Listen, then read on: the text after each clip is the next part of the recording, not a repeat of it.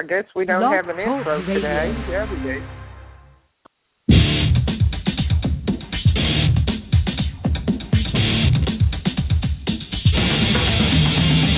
Welcome to Rage Against the Regime Radio, where status quo is taken to task. With your host, Bobby Who's the Man. Don't be a stranger. Give us a call at 929-477.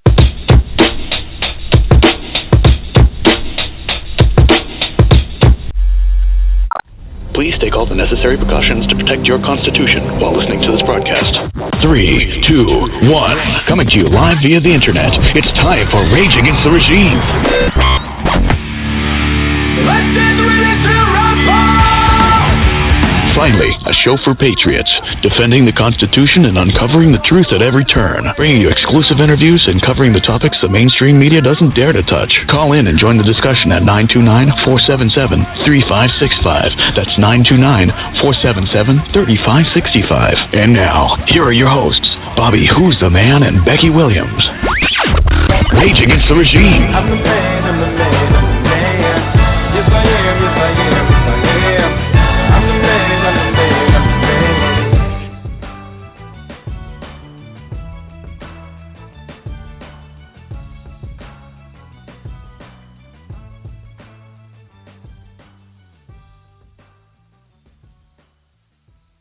Well, it looks like we may be having an issue again. Hello, this is Becky Williams with Rage Against the Regime podcast. I am here today with my guest, Gene. Gene, say hello to the listening audience. Give me a minute. I'm trying to open up the studio again. Looks like we're going nuts here. There you go. I believe I have Gene on the line. Gene has joined us from Texas. She's a special guest today, and she will be discussing the breaking news that we have to offer to our listening audience. Bill, is that you on 714? I've opened up your mic as well. Test, test, test. Hello. It looks like we're going to have an issue today. 509, can you hear me? Hi, Becky. Hi, who have I got? This is Thomas. Hey, Thomas, welcome. Welcome to Rage. Bill DeGirolamo, is that you on 714, brother? Cannot hear you. I need you to call back in. All right. Hello, Thomas. How are you today, sir? I'm okay. Well, welcome to Rage Against the Regime podcast. Listen, we are going to bang out some interesting news today, some that I think you'll be rather pleased with. I've had several discussions with individuals across the board today. I've been on the phone all day long, talking very much, the conversation was very similar to what you've offered as a resolution to our current issues. And with that said, I think you know what I'm talking about. And I'll hold that discussion with you on another line, but not live on the radio. I want to welcome you to Rage Against the Regime. We've got a lot of issues that we're going to be covering today.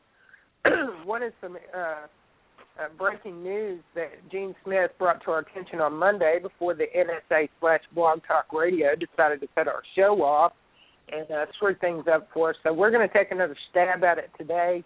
Hopefully the listeners will stay in. For whatever reason, I'm unable to open up my chat, so I cannot, I cannot accommodate the chat today, folks. But feel free to IM me on Facebook if you have a question. Text me if you have my phone number. If you want to have a discussion, please call in and press number 1 to raise your hand.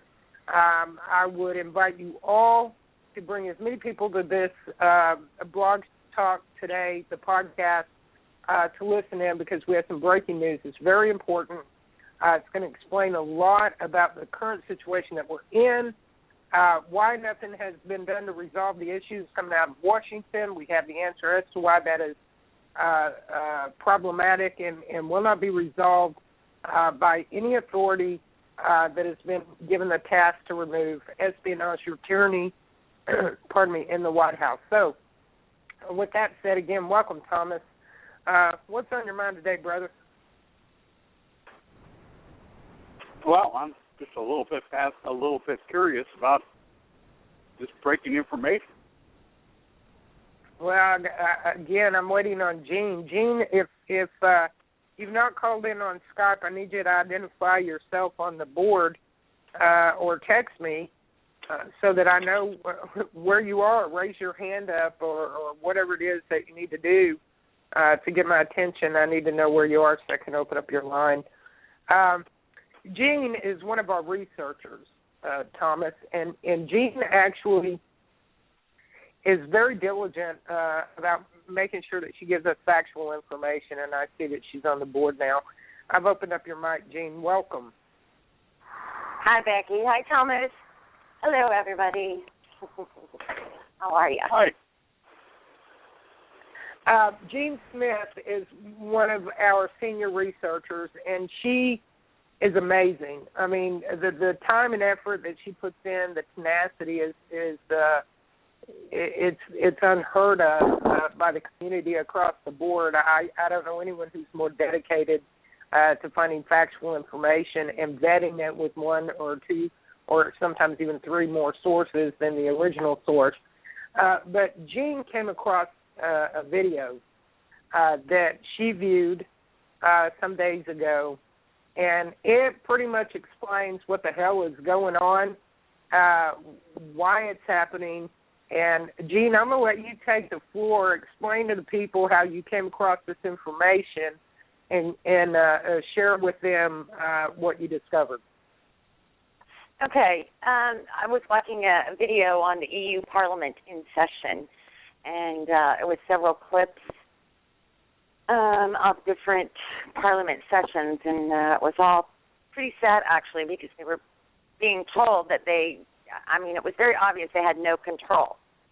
And one of those clips, there was a man who was the new EU president. Now, this was back in 2009 that he took over. I guess he took over actually on the 1st of January in 2010. But he gave a speech in October or November, I can't remember.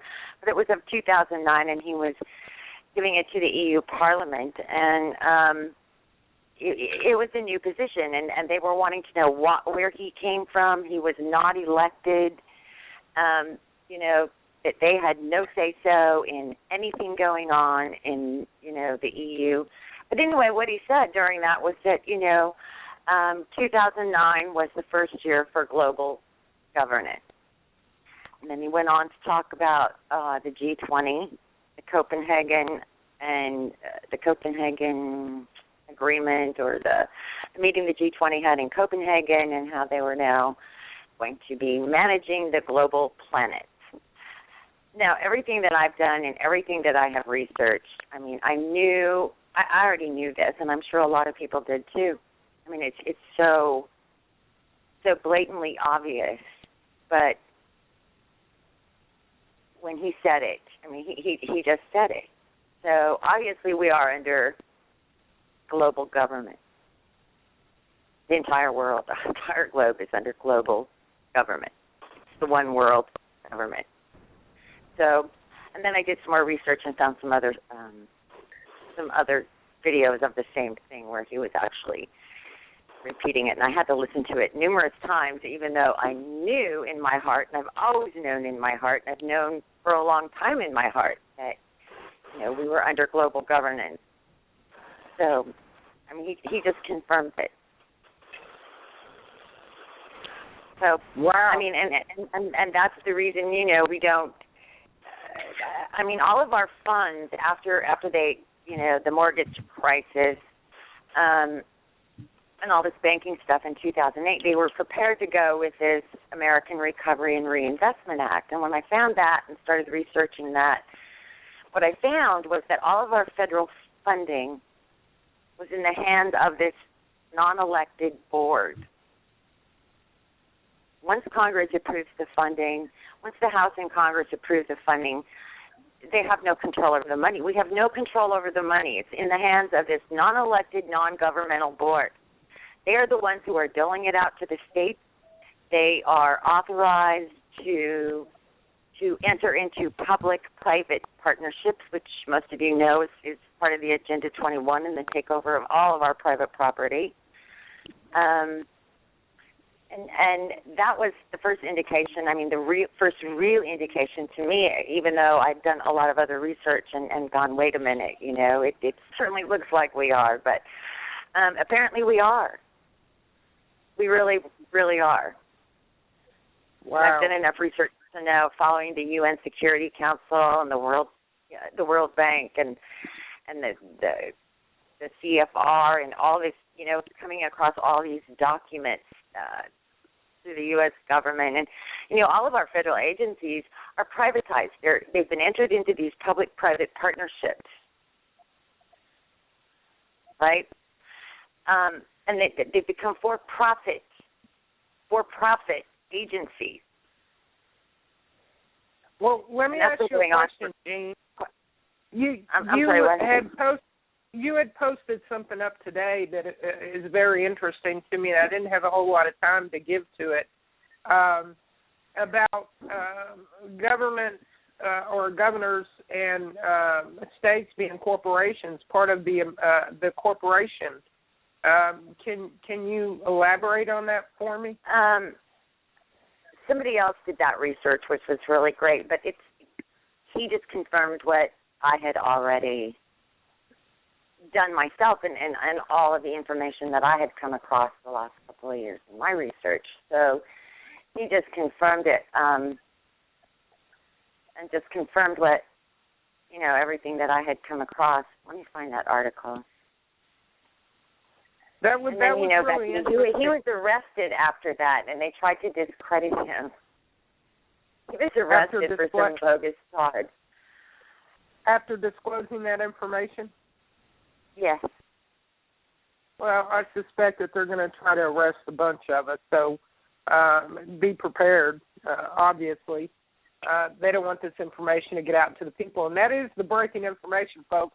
We are under a one-world governance. It was announced at the EU conference in 2009. Then what we saw come to fruition, we know now that he was, in fact, seated. That's why he has not been challenged as far as his eligibility. It's also the reason that he was able to sit as the head of the Security Council in the UN, which is a no-no. It's against the law. As president, right, yeah. He's not supposed to sit there. But 2012, he was reseated. We've seen him put in a fast forward motion the assault on our rights as American citizens to continue to destroy the Constitution, to write mandates and use his executive orders in such an abusive manner and so blatantly in our faces, scoffing at us. This is the reason Congress and all of the powers that be have refused to remove the usurper. The coup d'etat has been completed. We have been taken over. 2012, and Gene will confirm this, I myself am very big on looking up certain statistics and doing that off of the .gov sites. They're supposed to make it transparent for us to be able to go in and view certain things. We have seen that we have a problem from 2012 to 2015 with tracking down statistics. Gene, would you like to elaborate on that for a minute? Well, I mean, in 2012, and it all goes back to this council, this board that they have overseeing our treasury and our funds. Also in 2012, I found on, in their information that they were no longer going to record these transactions because all these awards being made and given to the state. So this board controls the money that goes to the state. They are the ones entering into the public-private partnerships. They're the ones signing the deals, the contracts with whether it's Lockheed, whether it's Raytheon, whoever it is. This board is doing all that. They're entering into those. But in 2012, it was noted on their website that they were no longer going to have anyone report in regards to how this money was being spent. The cities in this, of course, many of the cities now have been dissolved through the Agenda 21. California's gone. They've been completely taken over. Much of Texas, Austin, Dallas, Fort Worth, Houston. These are, those are cities that they want to be these mega cities. But in 2012, they determined that they were no longer going to have to do any kind of reporting in regards to where these federal funds were going. And I had a problem too finding statistics as far as looking for these stats and this money information and where the money was going. And after 2012, everything changed. And I'm not sure exactly what that was. I mean, I've come across numerous things. I don't think it was just a matter of one thing, that there were numerous executive orders, there were numerous things that they did. But anyway, that money is not in our hands at all. Congress has no authority over that money. They're always saying, well, we have to defund. Why would you have to defund? You know what I mean? And, they say that, Obama said, well, sue me, right? He's always saying, well, sue me. And they're like, well, we're going to sue somebody. I mean, why would Congress have to sue our own president? It's because it's a private entity. It's a private corporation, and obviously they are too. So, and there's a company called Serco, and I used to post a lot on Serco because that's where my they're the ones who got the original Obamacare contract, and it was them, and it was that post 2 years ago that got me started on this research. And Serco, the last I heard, Serco holds the retirement funds for all federal employees. So that being the case, I mean, they don't work for us, right? They work for whoever filling their bank accounts. So I don't know, you guys. It's I don't know what to say except for it's a pretty scary thing to think that they were able to do this without people knowing it. Congress they've been doing it for decades. Doing it. This is an ongoing thing. They may announce global governance, but until they disarm us, until they disarm the American people, they're not going to be able. The more that comes out, the more that is discovered, the more resistance is going to be built. That's why I think J-Talm is being implemented. Right, and I agree with that, but it's like letting Congress know and letting these people know that we know that we're under global governance, I think is really important. I think it's important that our politicians know that we know. I mean, they've just been playing this stupid, ridiculous game with the American people and people all over the globe. And I'm sure that Canada, Australia, New Zealand, UK are all a part of that. Well, everybody's under it now. So, Go ahead. That's why I've been calling for autonomous guerrilla units under the Declaration. We need to take our country back, and the only way we're going to do that is to replace their officers that are posing as our government. I don't see any other way around it. I mean, everybody talks about petitioning Congress or demonstrating, or everybody's so desperately trying to avoid what is inevitable, and that is war. Until we force these bastards out of our governments, we're going to continue to slide into world government. That's the reality of our world today. And that's why they don't. We have a lot of background noise. Who's got that noise in the background? There you go. We're having a little bit of interference. I don't know if you hear the noise that I hear. Can anybody hear that? I hear birds. Somebody's kids. Somebody needs to mute. Mute there. Well, the only ones on are us, so it's probably NSA giving us some grief. I don't know that anybody else's line is open. Let me check. Now, I just got a post earlier. Got some information from a friend, and on this Thursday, they're having a big meeting. These are non-governmental organizations, again, to decide they want to give more power to the EPA and the Army Corps of Engineers to regulate our water and land. Now, I think Jade Helm is about a lot of reasons, but I keep going back to this water thing, and I keep finding these, the water and these tunnels that they want to build to divert the water. And I really think Jade Helm, because the military, although these aren't our real military, I mean, these are private contractors.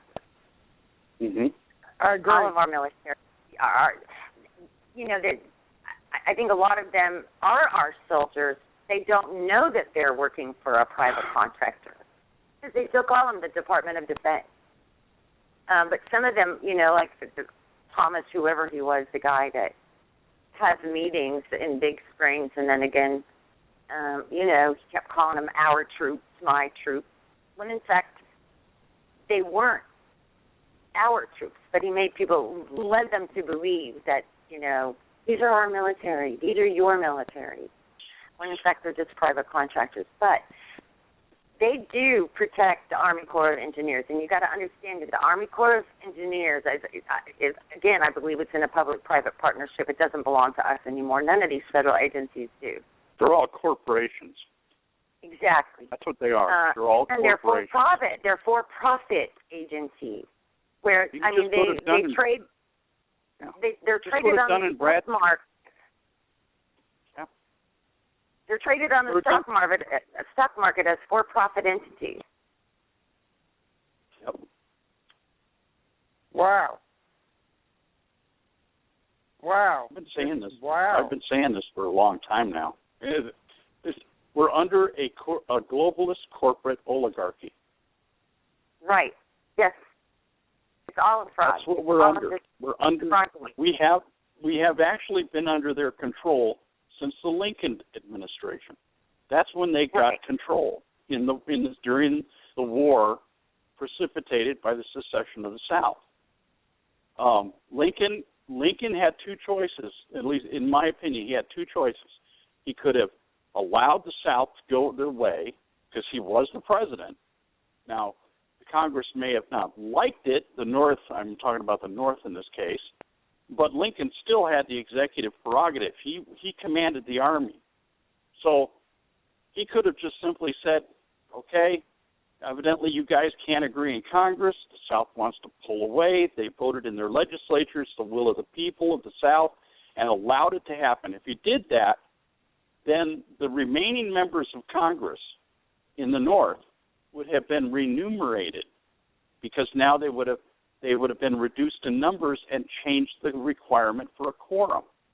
And then we would have peacefully gone about our business. But no, Congress in their arrogance and Lincoln in his determination to force the Union to stay together, they violated the law. It's absolutely ludicrous when you think about it. They violated the law to preserve the Union. The natural right of the South, they had the right to go. Lincoln and his arrogance ruled as a dictator to force them back into the Union. And then after his death, the North continued to plunder and to punish the South. There was no peace there. And it was all done under corporate. But they left the illusion of constitutional government. They still left the Congress in place with the House and the Senate. They still left the Supreme Court and the federal judiciary. They left everything looking just like it was a government, only they weren't. It wasn't. No, wow. But they didn't have enough corrupted people, and they didn't have enough people in place across, because they had to, when they did this Rio summit, their Earth summit, to use climate change as a way to get, they needed the global governance. They needed to take over all these countries, get their people in place, and that's what they've been doing since George Bush Sr. Well, wow. Actually, over time they just kept, and they had to take over our kids. And in 1992, on Serco's website,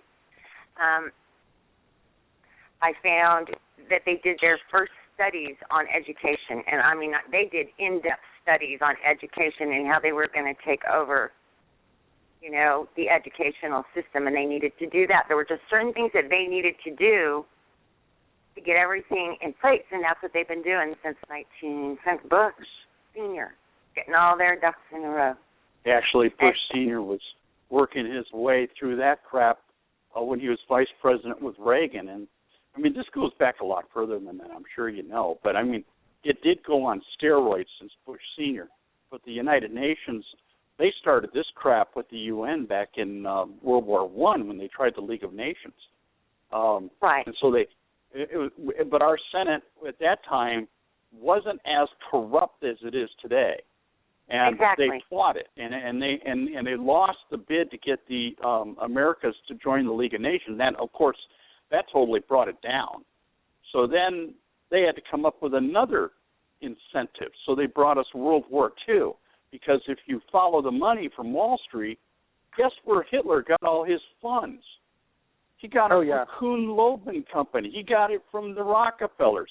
I mean, I drove taxi for over 10 years, and I had a Navy submariner veteran from World War II in my cab, and he saw through a periscope a Standard Oil tanker fueling a Japanese warship in the Pacific, and they were under standing orders not to harass Standard Oil tankers. So they had to wait for the tanker to finish fueling and wait for the tanker to pull away before they could sink this ship. Right, so and they've been funding both sides of all wars with our money, just like they are now in the Middle East. And, for hundreds of years. If they can't get them, and if they can't take them via conquest, they've got all their natural weather, their man-made weather machines now. They just create the hurricane or the tornado or what, they use warfare, all kinds of warfare. They don't care, but Warburg, Paul Warburg, I've got a speech that he did in I believe it was 1964. It was about that time anyway. They were the original congressional documents, and he said then we would have peace. They call it peace. That's not what it is. All they want is everybody following their one world order. And, I mean, that was in the 60s, Yeah.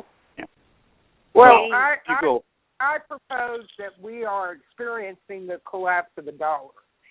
All the numbers that they give us via the media to pump Obama up and make him look like he's the greatest thing since peanut butter was introduced to chocolate are either inflated or deflated to serve political purpose. It is all to give an illusion to the populace that we're under some kind of economic recovery when in fact we're not. The majority of the jobs that have been created are governmental or foreign entities that are gaining employment in this country. Meanwhile, Americans are being pushed out of the workforce. Now, I know this to be fact based on research. So anybody that just heard me say that is doubting that, I would invite you to go do your own research and to use 2 or 3 different sources in order to develop your own discernment. And I say that mainly because there are people on here that are going to think I'm blowing smoke up their butt, and I'm actually not. We now have this Jade Helms situation, folks. We now know and Jean has just told you what she watched, what she viewed. I have the link to that video, and I've already given it out to some individuals today, and I'll be happy to post that on Rage Against the Regime page and on the podcast page for you to view, as well as Becky Williams for Governor page and on my own page as well, my personal wall. So with that said, we have a couple of issues that are going on here. One, we're under one world governance. Now, we have watched Obama completely decimate the largest, the greatest military force in the world that has ever been known to man, which is the American forces. We watched him remove over 3,000 from lieutenants to top brass that refused to get on board with the New World Order agenda. Now, sitting as on the seat of the UN on Security Council, his position is over the UN troops and deployment. Sitting as Commander-in-Chief in America, his position is over the military forces in America. He's continued to decommission officers, decommission ships, to remove the missile defense system off the southwestern quadrant of the United States, just prior to the transparent opening up of the border to allow terrorists and people from all over the globe to come through that border, creating a humanitarian crisis is what he called it. I call it declaring war on Americans because that's in fact what it was. I propose that would be the correct semantic. I propose that these military operations, Jade Helm, we have documented evidence through video and photographs that there are, in fact, foreign troops participating in what was to be a region of 7 states with 1,200 special operation forces conducting trial runs, if you will, or exercises. It's now grown to over 30 states. They did not wait until July 15th. They are already in operation. We've seen them close down the Walmart centers. We have evidence in Midland, Texas, that it in fact is what I stated it would be, which is command centers for these operations. This is very disheartening to me because I surmise that we are under the UN troops in American uniforms that are setting the perimeters for the complete takeover of the people. The banking has been taken over, the industry has been taken over, and the government has been taken over as well as the military. What say you? No, you're absolutely correct. Well, there's something else as well. Go ahead, Thomas. It's taken them a century and a half to do this to America. They've done it in Europe. They had them under control. They disarmed Europe. So Europe basically, except for Switzerland, Europe is basically going to have to go along with whatever happens because they don't have the means to say no. Go ahead, Bill. Yeah, I was just going to say, if it's brought to the forefront that there's even so many as one cross-dresser. A cross-dresser would be somebody from a foreign government or from any government under the UN who participates on this soil in any way to even so much as restrict the movement of an American on this land. That is the most extreme level of treason on this for our country. And it is an outright an aggression against this whole country, which would mean at that particular point that everybody involved in what we've already been calling a coup d'etat for a long time. Thomas and I have been talking about that for the last several years. The last year or so, just talking with you on the show, Becky, we brought it up several times. You know how I am about this. I'm a pretty hard line. There's no gray areas. There's no buffer room. It's red or it's just. And we've been in a red zone for a long time. But if these guys so much as allow any foreign troops at all, they've crossed a line going beyond treason. But to be being part of an outright overthrow and all due process for these people is gone, null and void. And any of these people can be executed on site from any office, from the top office to the bottom office. If they're contributing or enabling it in any way, if they're restricting us or hampering us to resist or even completely battle it down, well, then they're like any spy or foreign soldier in the middle of an assault where their life is a simple casualty and their rank or their assumed position doesn't weigh. It doesn't weigh. They're like anyone else running at you with a hand grenade or a loaded gun or whatever. And if they're, and so people need to realize what we're under. It's like, okay, let's take it to the extreme. For people out there who like to, when something's beyond their comfort zone, they like to put a tinfoil hat on the story or the person or a circumstance. So let's address that for a little bit. If that's the case, then there's a responsibility for the government, since so many people of us are thinking this, with underneath what some people would consider the tin foil hat syndrome. Then they should make a clarification, and they should be very, very clear about that and prove it otherwise. But the point is that everyone needs to be absolutely stern in the fact that we're not seeing proper representation anyway, and we have been severely lied to all along. And at this point, we have demands that absolutely not should be addressed, that could be addressed, would be prudent to be addressed, but must be addressed. And without such, and without reparations made for all of the violations that we've been seeing for so long, especially now, they can't move forward at all, and we should demand that they not. And I thought it's funny that you should bring that up, because I actually have a battle plan for the state of Texas, and I would encourage the other states to follow suit.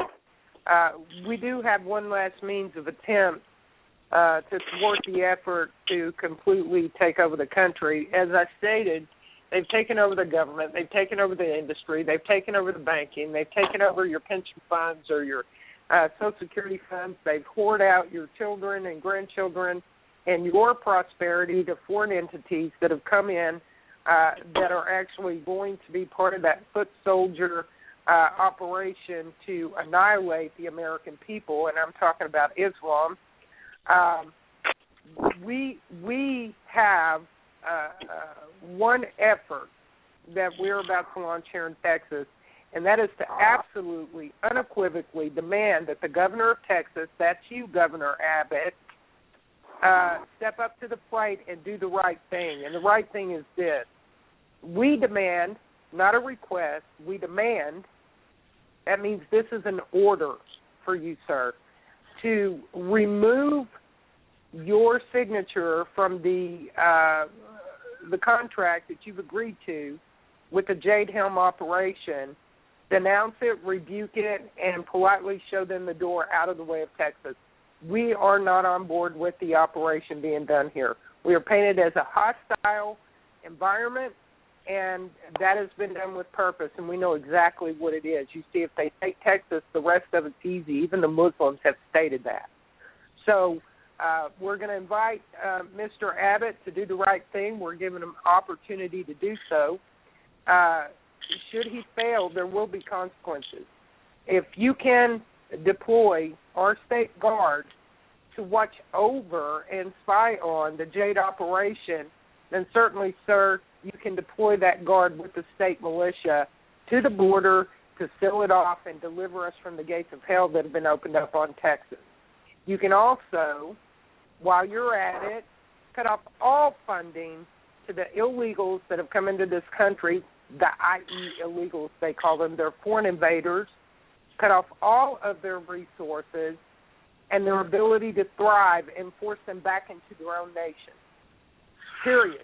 And they could even go so far as to cut all the funding into the federal government or into the federal corporation from the state as well. Yes, sir. Which they should do. Yes, sir. All states should do that invite, at this particular point. We're going to invite Mr. Abbott by legal means to do so. Should he fail to do so, he will be considered guilty of tyranny. aiding and abetting, U.S. Code, Constitution, it's Section 8, Article 1324, aiding and abetting the enemy, assisting tyranny, and there is a penalty for that. So he has two choices: either comply with the request of the people. As a commander-in-chief, his first responsibility is to secure the state of Texas against foreign invasion. We border a foreign country, and we have already received casualties at the hands of foreign invaders in this country, which is actually a declaration and an act of war on the Texans and the American people.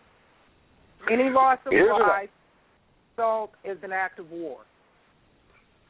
Here's an idea. Why don't you and Bobby put an invitation into your governor's office to come on to one of the shows? Oh, I, in fact, intended to do so. Yeah. I mean, it can't hurt. At least if it's denied, you can openly declare that the invitation was put forth and that there was a denial, even a denial in ignoring if they choose to not respond at all. At least a statement is open and been made. Absolutely, and we invite Mr. Abbott to step up to the plate and do the right thing. See, I feel like, much like Perry, he's using the same theatrics. I announced on the show, Kathy Glass is trying to take credit, saying that they pressured his office and blah, blah, blah. But I'm going to tell you what happened. Monday, part of the show was heard, and I put out a Spreaker show confirming what our intentions were concerning demanding Mr. Abbott stand up and be the governor that he was elected to be, serving the people and securing the state of Texas against this invasion, both by Jade Helm and the foreign invasion through the border that has been opened up by the directive of the Muslim Brotherhood, DHS, UN operation. And, then suddenly he steps up to the plate yesterday and says he's going to deploy the state guard to oversee the Jade Helm operation. Shut up. Yeah, he and several really? other states, right, yeah. Yeah, really? The only state that I truly the only state that I really believe regarding that assignment, which has occurred in several of the states, is Arizona. I believe that they're the only state that will truly independently monitor the actions with their presence in regard to that. We don't. But the fact of the matter is this: we don't need to monitor anything. We need to uninvite them, because the governor had to sign off before they could even present it to the municipality. And we've had two areas that have already stated to the people it's going to happen whether they want it to or not. Now, when you have a city council and a mayor telling you that you have no choice as a citizen than to allow this operation to take place in your area, what does that say to you? It says to me that that's been handed down by top officials, i.e. Austin. So, no, we're not good with this. We're not good with this. Yeah, we're insulted about it.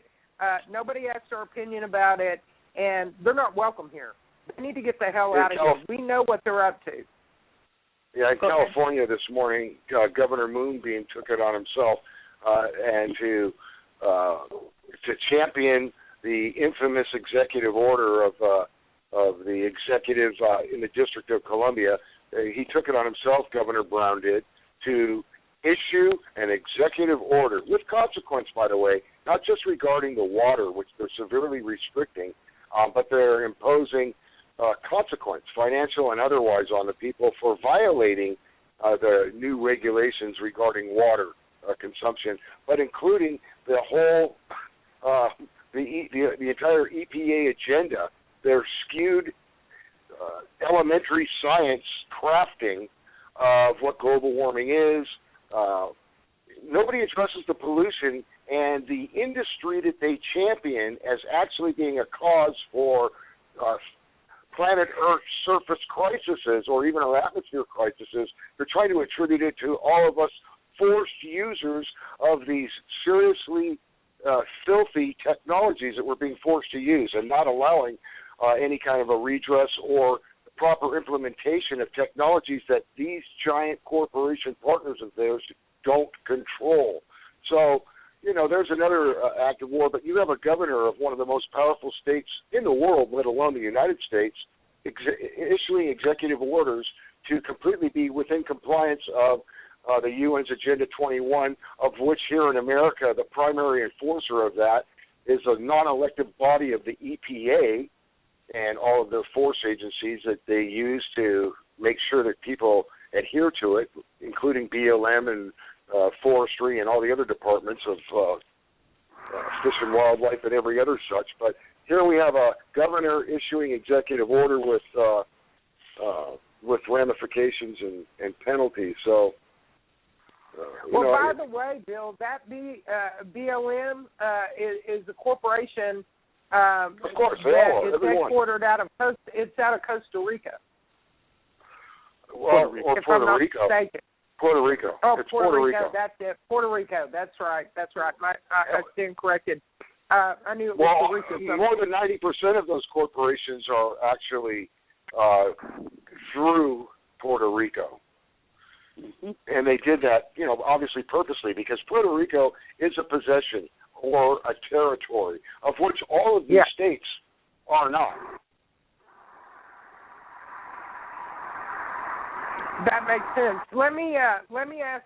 I've opened up the microphone to 972. Is that you, Micah? No, that's me, Doug McDougall. Hey, Doug. Hi. Welcome to the show, Doug. How are you doing, sir? How are y'all doing? We're doing all right. Doug just texted me a message. He and some of the other gentlemen that he invited to the show this evening made their way in a little bit late, and he wanted a recap on the breaking news. Jean, are you still on the line, ma'am? Yes, I'm still here. Could you, in brief, recap the information you disclosed, the breaking news that explains why the current regime that sits in occupation of the White House has failed to be removed? Go ahead. Give the disheartening information to Doug real quick. You can recap it if you would, please. We've been under global governance since 2009.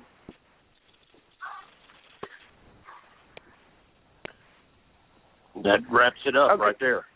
Absolutely.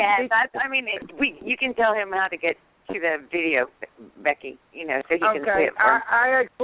I actually have a link to the video that she came across, and it was did you say self-appointed president for the European Union? Well, the New World Order, the upper echelon, appointed a new president of the EU, of the entire EU, and they have absolutely no say-so in anything. And he was giving a speech to the European Parliament, and he came out and said it.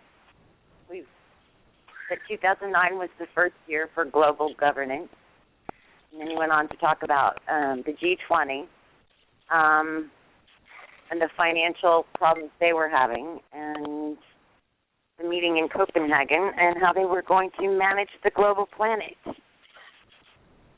Well, I think you can throw the Pope in there. You can throw elections. I think you could throw the everything that's going on in the Middle East. You could put it all in the same. I've been having some discussions with some people covertly, in other words, face to face, so that we're just not, just being followed completely. But some of these discussions get into the point, and the argument that people bring up is, why don't we see the sign? Why don't we see the stock market signs? Why don't we see how do we see our elected officials that are local move in and just blind to the situation? They're not blind. They know. They know full well what's going on. They're briefed. This is the moment they enter office. Right down to the special. They're given a green card, or they're given a card saying you get to join us if you keep your mouth shut. Well, no, you get to live if you keep your mouth shut. No, that's what I mean. You know, I mean, it's not you get to go down in the bunker. You get to survive this, and you keep your mouth shut. And if you repeat one word of it, I mean, we've got lists and lists, you know, of not suspicious deaths, but deaths of people that have openly came out and said that they had breaking news. And those people, I mean, just go back to Breitbart as a recent one. But we can go back further than that. That's why I never hold on to any information. I never do. The minute I get it, I tell everybody. Yeah. That's what, Becky, from now on, the catchphrase isn't breaking news, it's night stories.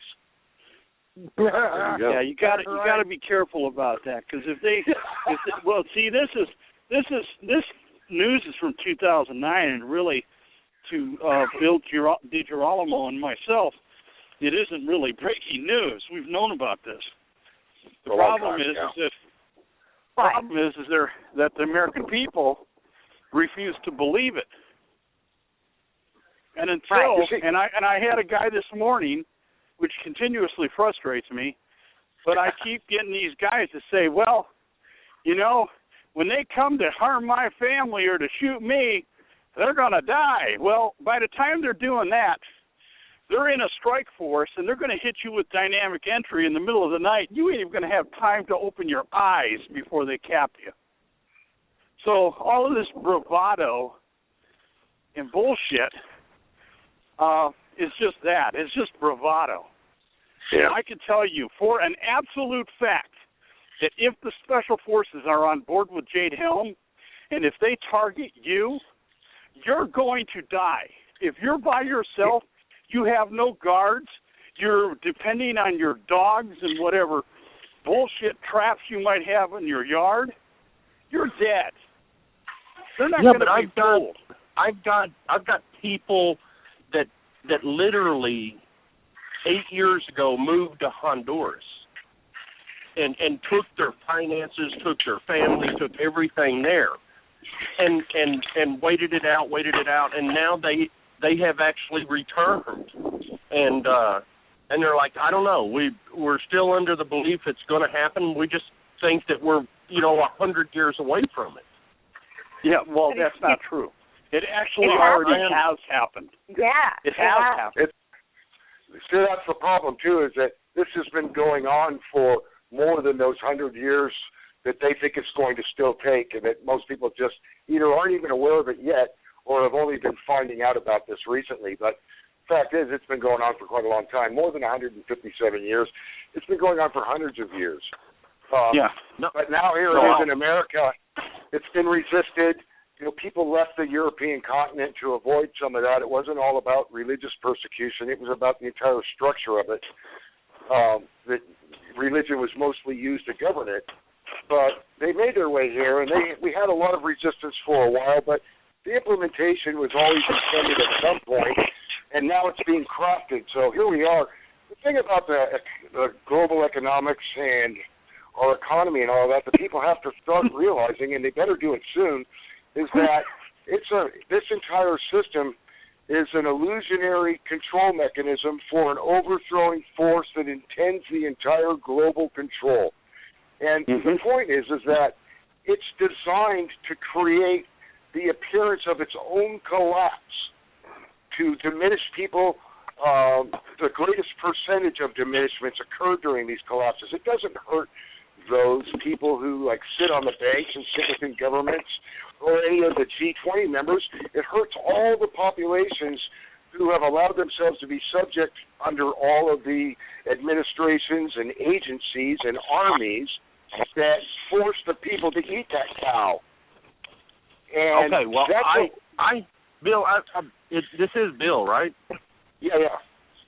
Okay, I've been reading up and trying to burst myself, and I've fallen into this battle that took place in that organization that we're talking about 5 or 6 years ago with some nuclear armament that was stolen and accidentally or purposely detonated underground with the CIA and the globalists. Can you give me any? Do you know anything on this? Not enough to where, since we're speaking on facts right now, that I think that I would want to put out impromptu on an open discussion right now.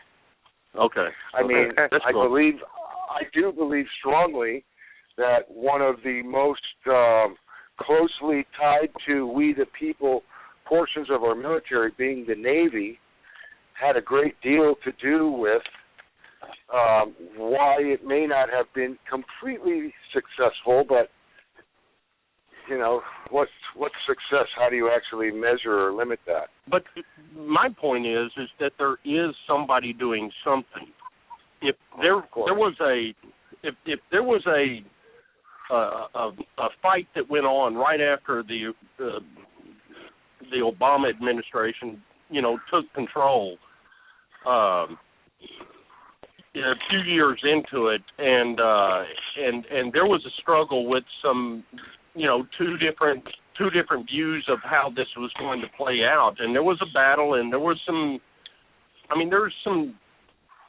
I don't know what's able to be discussed. Also, I mean, I just know I've been digging into it and see that it gives me a little bit of hope that there's somebody on one side that's willing to fight, but I don't know if it's two of the bads that are wanting to fight for more power of what's going to happen, or if it's somebody on the good of the American people willing to fight. Well, I think that we have a lot of good. I think that there was a lot of that. I think that the frustration manifested itself by so many unprecedented and completely out of protocol early retirements of the highest of brass. And right after that nuclear incident you're talking about, if you recall, the highest-ranking admiral in the Navy was let go, and he happened to be the guy that oversaw most of our nuclear arsenals assigned to the Navy. So, right, that's where all the stories came out about how bad they were doing their job. Right. Yes. Yeah. That was BS for sure. But here's my point also, because we're talking about this whole globalist faction, which, you know, Gene brought up a lot of the points surrounding the interest of the people who consider it to be their globalist entity that shall rule, you know, that they're the heads above the world order, the new government or whatever it is. But looking at it this way, this is a fact that the more Americans that really can absorb this fact and live by it, the better off we'll be, and more quickly. It doesn't mean we're not going to have a fight, but if you're able to fight in a manner which you feel that you should, can, and must win, then it'll be a different fight for them regardless. But here's the point, and here's something that the whole world needs to really be aware of. This is happening. It's been happening for a long time. We're just in the end stages of this coup d'etat. It is known by them, and it is known by people like myself, Thomas for sure, several of you, and definitely many others, that if they do not succeed, and like Thomas said, we're still armed, so it's not a foregone conclusion, although it's a necessity for them, because if they cannot take America, and we not only keep ourselves but remove them and regain our country, they shall also lose the rest of the world. They need us to complete this and to keep the rest of what they've already taken. If they lose us, they will lose the entire rest of the world. It'll set them back by generations. It'll set them back permanently. But you know.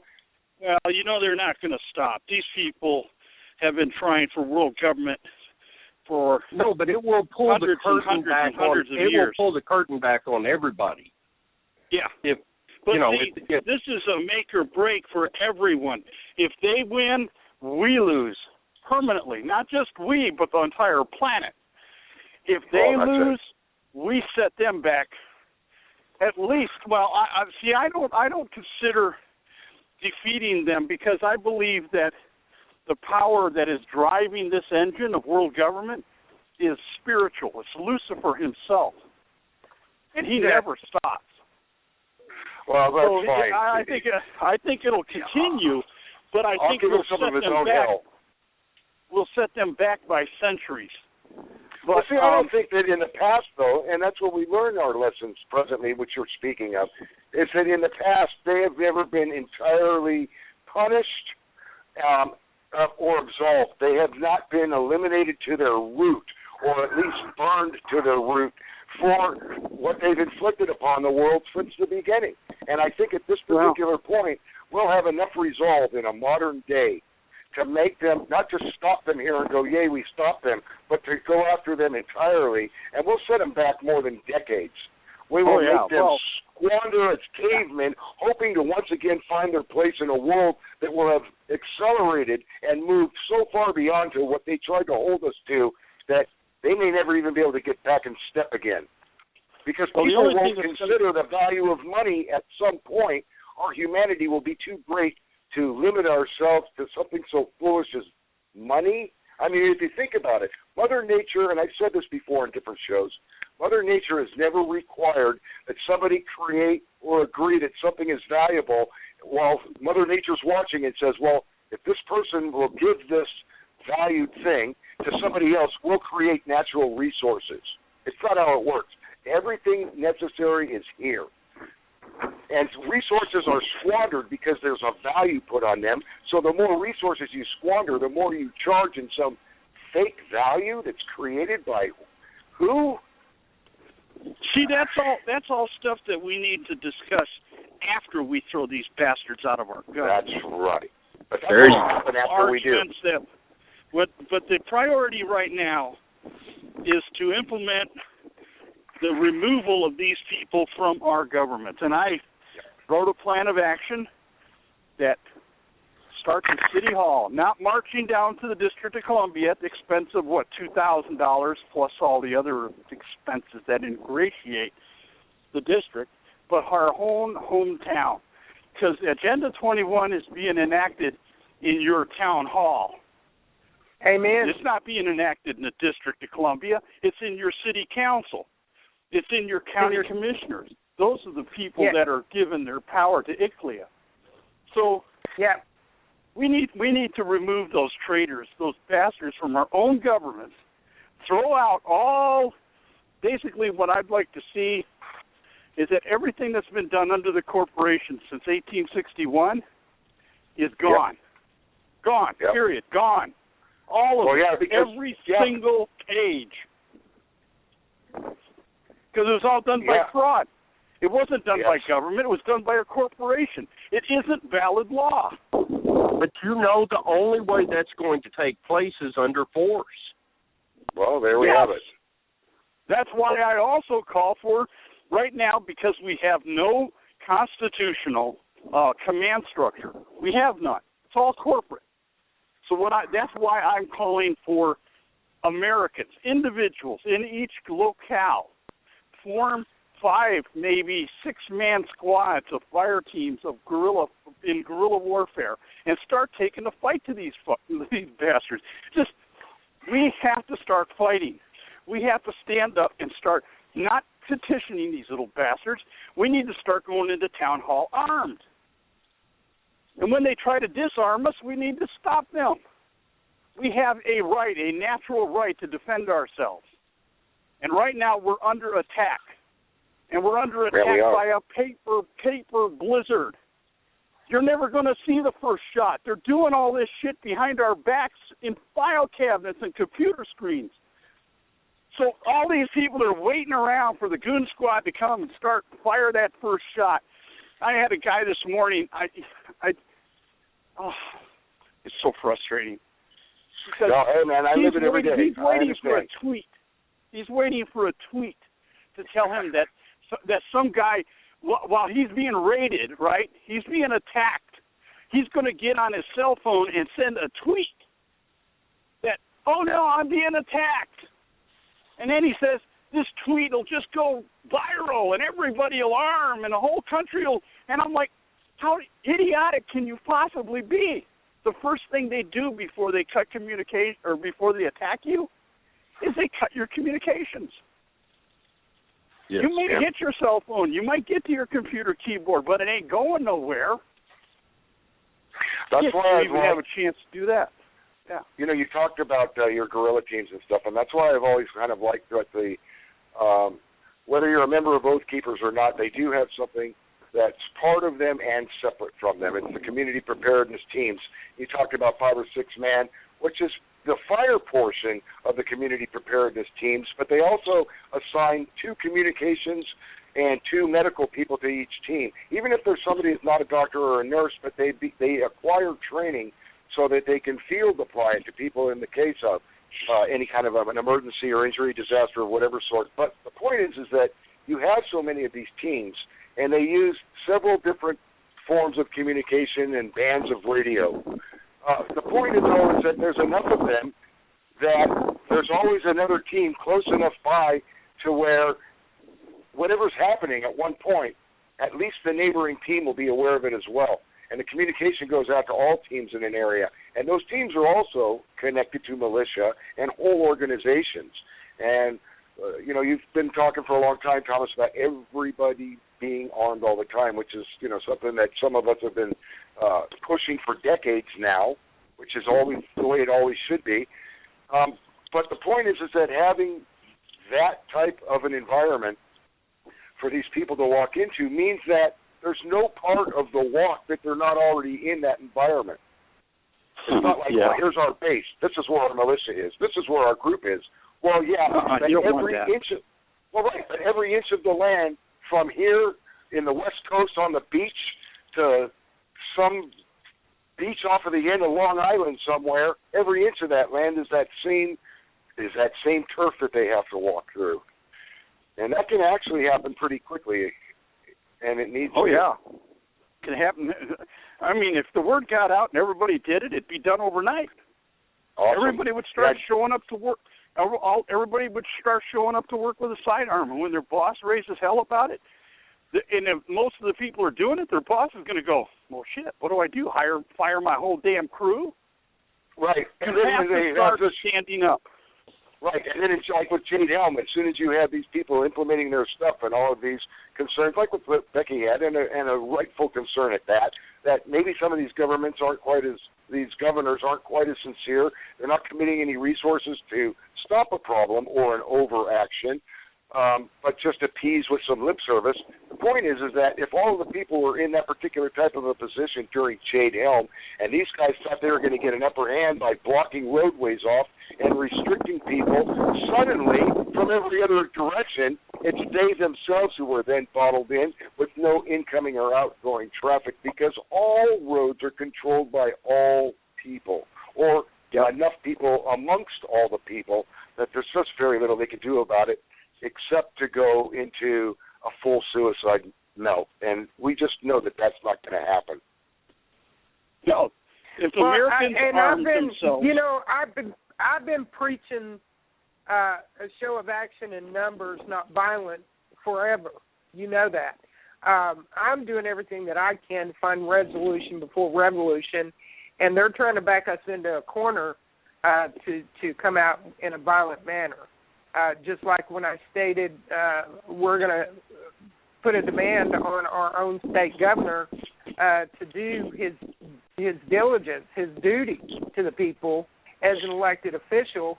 I don't recognize the corporation as authority, just like you guys do.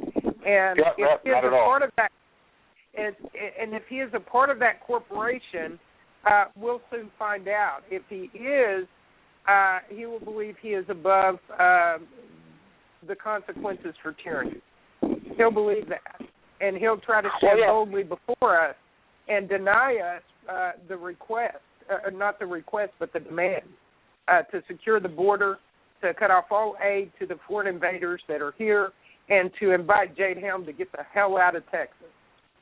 Yeah. Well, Becky, he's not going to do that. I'll tell you that right now. You can demand all you want. Ain't going to happen. Then he'll be held. He'll be held accountable by his peers, which is us. Period. Well, how? How are you going to hold him accountable? same way we're going to defend have ourselves. It has to happen soon. We'll have them arrested. I mean, you can't know. We'll have them, elections. Yeah. You can't. You're not going to do it through elections. No, we're not doing it through an election. I'll have them arrested by a constitutional sheriff and held accountable. The time for playing these theater games is over. Our lives are in imminent danger. People are dying. Becky, I'm with them. I don't believe there is a political fix to this. No, there isn't. I'm all for the guerrilla movement. The bring your community together and start stopping this before it enters your community. And when it spreads, it's already in mine. ICLEI, we are a city that's on board with ICLEI. They've already signed a contract with ICLEI in Arlington. So I know full well what you're speaking of. And anybody that doesn't know what ICLEI is, it's acronyms. ICLEI. Look it up. If your county, your city has signed a contractual agreement for management with ICLEI, you are now under UN Agenda 21 control. Period. From your property to your municipalities, it's done. We're going to need a lot of rope. Yeah. Because any one of these guys who sign it, knowingly or unknowingly, puts a rope around their neck. Yeah. Well, that's called treason. Yeah, that's an out-and-out sellout of the sovereignty of the United States. Well, even though we may be under a corporation, that's treason. To a foreign body, an active one, which makes them agents of war, even. Which basically, that's another reason they get. Another reason to form guerrilla teams, in my opinion. You know, there is something about the American Recovery Act, you guys, that I found, and that has everything to do with the cities and the funding. And we don't need the funding, but I got you. Anyway, we can instantly implement our own script right now. It's what the colonists did well before we even had the original revolution, which is why it was one of the most prosperous places on the planet without any of the poverty that its rulers had. All of Europe was in the worst poverty. Asia was diminished because they were so heavily overlorded by the European traders.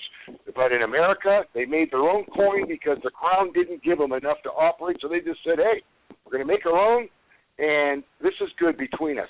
We could do that here now. We could do it today. Hey, you guys, it's already being worked on a mint, a silver mint. Did you know that? What's that? And Texas has a mint, a silver mint. They can mint their own silver. Yeah, but see, that's a commodity. Gold's a commodity. Silver's a commodity. It's a thing. It can't be valued. Script is not a commodity, and therefore it can't be instrumentalized. It becomes a utility instead. As soon as you have an instrument like a commodity, the greatest profit and control in it is what's taken away from the people's portion of the trade. It then becomes expensive to have a utility. The value never varies. It stays the same indefinitely. And it's controlled by the prosperity and the need of the people, not the investment needs of those who own most of it. If we gave gold and silver power as value in money, what we've done, if we kick out all the banks, is we've taken those same people who own 90% or more of the world's storage of gold and silver, and we guaranteed that they're rich, even if we root them out of every other thing. They still have real hoards of real silver and real gold. But if you're building a city or a ship or an island or space travel or anything, gold and silver just really isn't going to do that much for you. We consider it valuable because we've made it a commodity and because it's more rare than some metals. But in the scheme of reality, it doesn't contribute much value to the necessities of building a society where people are born and die and they live and breathe. So it's an illusion. The only reason that gold had a utility early in the American Republic is that we discovered gold. We didn't have a vast reservoir of gold in any one person at the time. we didn't have these banks that had tons and tons of it. Like Europe. But, yeah, and so Asia. if we did that now, if we tried to go back to gold and silver, the companies and the corporations that presently possess the reservoir of gold and silver right now, which are like Red China, Russia, and some, not all, some of the central banks, they would control America. So it doesn't. Today, I agree with Bill. It doesn't make sense because it's a commodity that can be controlled. However, there are other ways to work around it. And going back to the colonial script, with a lawful Congress to regulate the value thereof, is the only way that I can see it happening. Or, like he said, having our own local community scripts. But then that's not uniform across the land. So if you go to Maine from California, you got an issue. See, what we do then is we also get back to the founding, or you get back to the original forms of trade again. We can fill our breadbasket up again. We can have our produce and our vegetable markets of the California interior once again be plentiful, because countries need things, and we can decide to trade with those things, unregulated by the government, as they've done for so many years to boost their petrodollar and their fake Federal Reserve notes and everything else that they attribute trade value to, so that they control all the prosperity out of it. But we make real trades with nations. If we don't need anything from them, we don't have to trade with them. But if we're tied into a monetary system, we're sucked into everybody whether we like it or not. The other thing is, too, is that we can set the value for something, but we bring all of our industry back to America again anyway. Why are the hell are we taking... All right. Hold on, guys. Hold on. Go. We are sitting here discussing life after. Yeah. Okay? We are. Good point. I agree. Okay, and so what we're doing is we are patting each other on the back, but there's only a few of us that are appreciating the conversation. I need from the very smart people that are on this show right now, that the reason I called in, how do I tell my brother? How do I tell my neighbor to open your eyes? Where do I go to video? Where do I go to video? And I will do it. Where do I go to get the evidence that this is going on? I am a soldier, okay? And I will do the work, whatever it is. I have been fighting these feudal fights on the border and these busing of illegals and Islam, trying to piss on our capital. These battles are wasting my time, because all this is a shiny object over in the corner distracting me from my country being taken over. How do I go out and teach somebody that this is happening? And I'm talking about with just outright proof. And if I have to go get the proof, I'll go get the proof. But let's talk about saving this country, not about how we're going to live after the fact. So all of this that you're hearing right now is all pretty much news to you. You never heard this before. No, I've heard all of this. He's not talking about him so much as people that he needs to share. How do we validate this to the average person so that they understand that, wow, this actually is happening to me, and then therefore be put into a position to say, okay, I'm going to stand up and take action to stop it. Is that correct? Well, that's correct, because all of this I understand. That's what I'm saying. We are talking to one another, and we can all 3 or 4 or 5 of us appreciate what the conversation that is going on.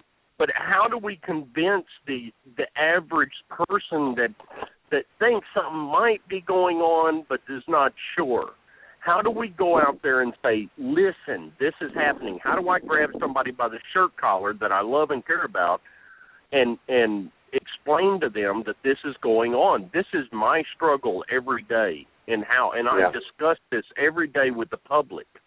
And I want to know, how do I take this to them so that I can convince them? that this is going on. It's great for us to sit here and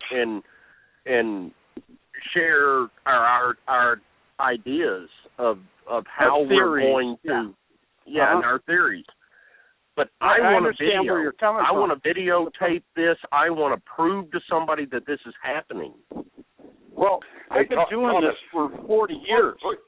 Put your link on Rage Against the Machine, Thomas, because you already have a lot of the documentation and some videos of what he just asked for. You do a lot more documentation than I do. And before I defer to Thomas for the rest of this, I'll just say in the opening, and something that Thomas has also talked about for a long time and that many of us have, I think the important thing also, just to get people to know what they're looking at and to understand what you're trying to tell them, is that really it's so sad, but that most people don't even know what the Constitution, the Declaration of Independence, or any of the Federalist and Anti-Federalist papers look like. They've never read them, they don't know what it says, and they don't know what it means.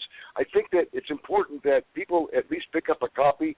If they don't read it every day and know something about it, they should at least read it once at least, to know what it says. And every other conversation and piece of evidence that you want to give them about what's happening will make much, much more sense to them. In fact, before you even point some things out to them, after Americans, for the first time in their life, whether they're 10 years old or 90, many of them will be reading these documents for the first time in their life. We'll start looking at other things that you're not even bringing up yet, and they'll say, and by the way, what about this? This is wrong, and they can't do that. And you'll be going, there we have it. Right. So that's important, and I think that besides Thomas Mick here, well, I'm going to be quiet so he can share with that, posting stuff on the Rage Against the Machine page, there's some things that I can post into there as well, into Becky or just into the page, and people can start referring to that. Okay. Thomas? Well, I think you hit the nail on the head. Before I share any of this documentation or these things about the United Nations, if they don't know the foundation principles of the United States or of America, and actually I go a little simpler than even the Constitution, the Federalist Papers, the Anti-Federalist Papers, all that stuff, because the Declaration of Independence, in 2 sentences, pretty much nails down what America is. And that's the first 2 sentences of the second paragraph in the Declaration of Independence. Actually, technically, I guess it's the third paragraph in the Declaration of Independence, and that is, we hold these truths to be self-evident, that all men are created equal, that they are endowed by their Creator with certain unalienable rights, that among these are life, liberty, and the pursuit of happiness. To secure these rights, governments are instituted among men, deriving their just powers from the consent of the governed. So those 2 sentences lay it all out, right there. The only legitimate purpose of American government is to secure your natural rights. That's it. They're there to secure your natural rights. They're there to keep the peace between me and you. My rights end where your rights begin. Your rights end where my rights begin. And if one of us intrudes on the other, we can either settle the dispute ourselves or we could bring in the constable. You see, that's called peacekeeping. That's called a peace officer, bringing in a peace officer to keep the peace between you and me. We don't need to burden people with all of the minutia, all of the history, all of the dates, all of the people. If you just show them the Declaration of Independence and show them the principles of the American Republic, you just show them those things, it's easy to grasp. People aren't allowed to steal my shit, and I'm not allowed to steal theirs. I'm not allowed to hit them. But if they go to hit me, I can hit them back. Or stop them. It's called, or stop them. Yeah, I can defend. If I see somebody attempting to murder an innocent person, I can fire and kill that person because I am protecting an innocent life. Those things can all, and that all got worked out in the first Congress. Actually, that got all worked out in the colonies, long before Congress ever existed Right. as a body. So, right. But and it comes I have tried from the Magna Carta going back. Yes, well, but I have tried for the last 40, because I'm going on 42 years of doing this. And I spent the first 20 of it trying to educate everybody. I handed out $29 hard copy books to people with all kinds of information, and then I'd quiz them later because I drove taxi cab for a number of years. And I'd get them back in my cab and I'd ask them what their thoughts were. They hadn't even read the damn thing. Yeah. Wow. I spent thousands and thousands and thousands of dollars to try to educate people, and most of them don't care. They don't want to know. Anything that's unpleasant, anything that rocks their little world, anything that takes away from their schedule and what they perceive to be reality, they shut it out. They don't want to know it. So, first of all, you have to have people that want the truth. You have to determine whether these people really are going to waste your time, and that includes people you love. My family, well, virtually every single one of them thinks I'm out of my freaking mind. So does mine. So, you know, you're asking me to give you a formula to educate people that I still haven't found, because most of the people that I try to talk to, they don't want to know. I guess I'm not. Okay, let's do this. Okay, if I go to somebody and I tell them to, and I'm sitting here looking at the Constitution, the Declaration of Independence, I'm flipping through the pages, the amendments, the Constitution. If I go there and that's not my point. My point is, how do I tell everybody the sky is falling? And really mean the sky is falling. You understand what I'm saying? How do I go to them and go, listen, it's the playtime is over. What is going on and what is happening right now. And the outcome you are going to feel, because these people believe that, all right, so what? It happens in, 60 years. I won't be here. And hey, Doug, there's a point with some people that you're just going to have to leave them unaware and some of them stupid.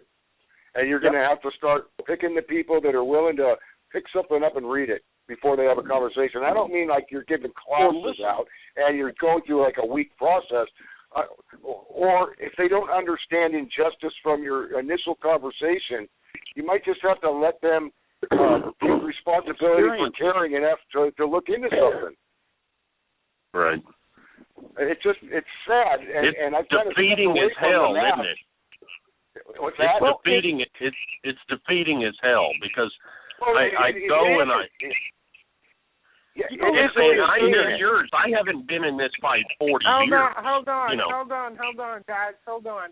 Doug's trying to say something. Please finish, Doug. I'm sorry. No, I'm just saying it's defeating. It's defeating as hell. I haven't been in this fight for 40 years, but I appreciate everything you have done, and I learn from the people I'm speaking to right now. I just. I go and I learn. Oh, I learn every day, and but I took an oath. I served, and my son served. Thank you. And my son just got out, and I tell people this story that Ronald Reagan signed my DD-214, and Barack Obama signed my son's. And it's just an example of how much this country has changed.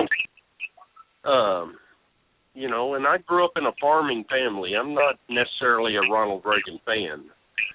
I go back to the subsidies and the things that he did and shut down family farming and all of this back in the day. And I've been political my whole life, but to understand what's actually going on is all fresh and new to me. I'd say the last 2 years. But I'm one of those people that believe what is going to take place is going to take place before 2016. Yeah, I agree. It's happening right now. Actually, we're probably looking at September. September is going to be a significant point of no return. The Guidestones, the Georgia Guidestones, if any of the listeners out there aren't familiar with them, it's a giant granite statue, or God, I'm at a loss for words. It's actually in Georgia, and the it's a monument. The person, monument. That's what I was trying to say. Thank you. I'm so very tired. I got up very early. I saw that. They were put up anonymously. The gentleman that owns the company that the granite came from, that carved it out, will not disclose who actually purchased and instructed it to be placed. But if you don't know what they are, I need you to look them up. You can read the inscription. It's very explanatory about right down to the depopulation of the entire globe. There's 7.2, and I suspect that's probably not even an accurate number because these geniuses that are running the globe can't seem to get figures correct. That's why we have so much currency.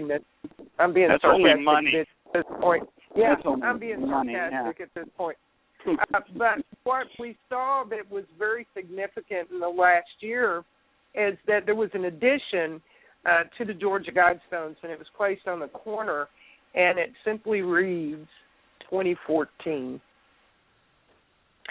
I highly suspect that was the initiation of the final nail in the coffin to finish the takeover in America. And to finish the takeover, and we're going full circle back to the beginning of the show when I make this statement, they have to take the American people. First, they have to divide us, which they're doing a great job of. That little camel jockey Arab piece of shit that portrays himself as a half-black man that's sitting up in there occupying the White House. By the way, I'm talking about you little cockroach, Obama, Barry, whatever the hell your name is. He's done a great job with setting race relations back in this country 150 years or more. I mean, you're a real piece of work, you piece of shit. I'm sorry, guys. But back to the point. They have to divide the nation. They have to indoctrinate, which they've done a very good job of, the indoctrination and the dumbing down for many generations of our children through incorrect misinformation, historically and otherwise. And now they've implemented the UNESCO program, which is further twisting the minds of our children. By the way, that comes out of the UN, and you probably know it as Common Core, written by Muslims for Muslims to ensure that our children believe that people like you and me are terrorists, to separate the family, like many people have stated here today and often. You know, my family thinks I'm nuts. Well, of course they do. We're awake. God gave us the discernment with eyes open, and it's very biblical because he states they'll have eyes and they'll not see. They'll have ears and they'll not hear. Period. And that's how the people statement will fall. There's a statement in Daniel 12. So Doug, in answer to your question also, because you're still inquiring, I could feel you thinking it right now. And Thomas knows a bit about this as well because one of his friends is working with this gentleman, David Roach. Well, not working with him so much as using his documents now on what an American national actually is and the benefits that there are to being that. And we'll get some links for you to link to so that you can see what an American national is, and you can kind of show these people who don't really know. But here's something else for you. You know, this felon that became the attorney general somehow actually stood up on national television, and there are videos of this that you can see as well, and he stated directly, while looking right into the camera, that international law trumps the Constitution in America. And so there's an indicator for your friends that it's already been implemented and taking place in America, that it's being overthrown by the highest raw authority representative. I mean, if these guys were legitimate, at least, the Attorney General would be that person. But this is like foreign invaders inside a corporation who are taking over a nation. So they may as well be, generals of another sort, so to speak. But these are little areas that you can start showing people where there's a problem, and their minds will quickly start putting 1,000 other examples together with how wrong everything is, and then they can look at you and say, okay, I'll give you that, and then they'll listen to everything else you have to say. Yes. Now I've taken all of what I've learned. I've taken all of what I've learned in this last 40 years, and I'm writing articles in a summary op-ed fashion with the information so that people can grasp it and understand what they're reading.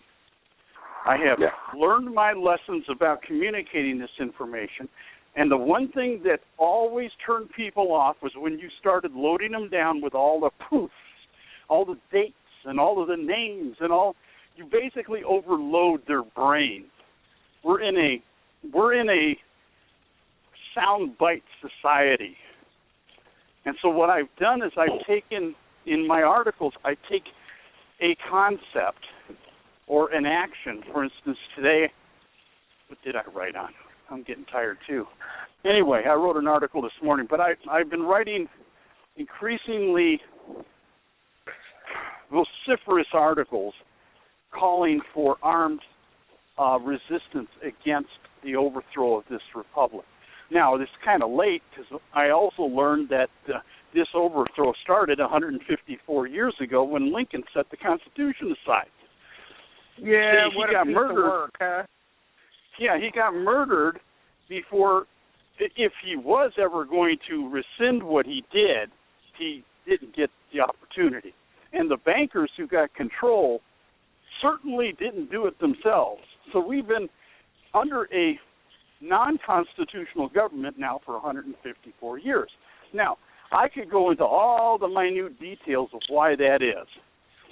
Or I can just simply say what is, how it happened in a summary op-ed form, and I'm actually quite amazed at the number of people that didn't know squat about anything who can grasp what I wrote about.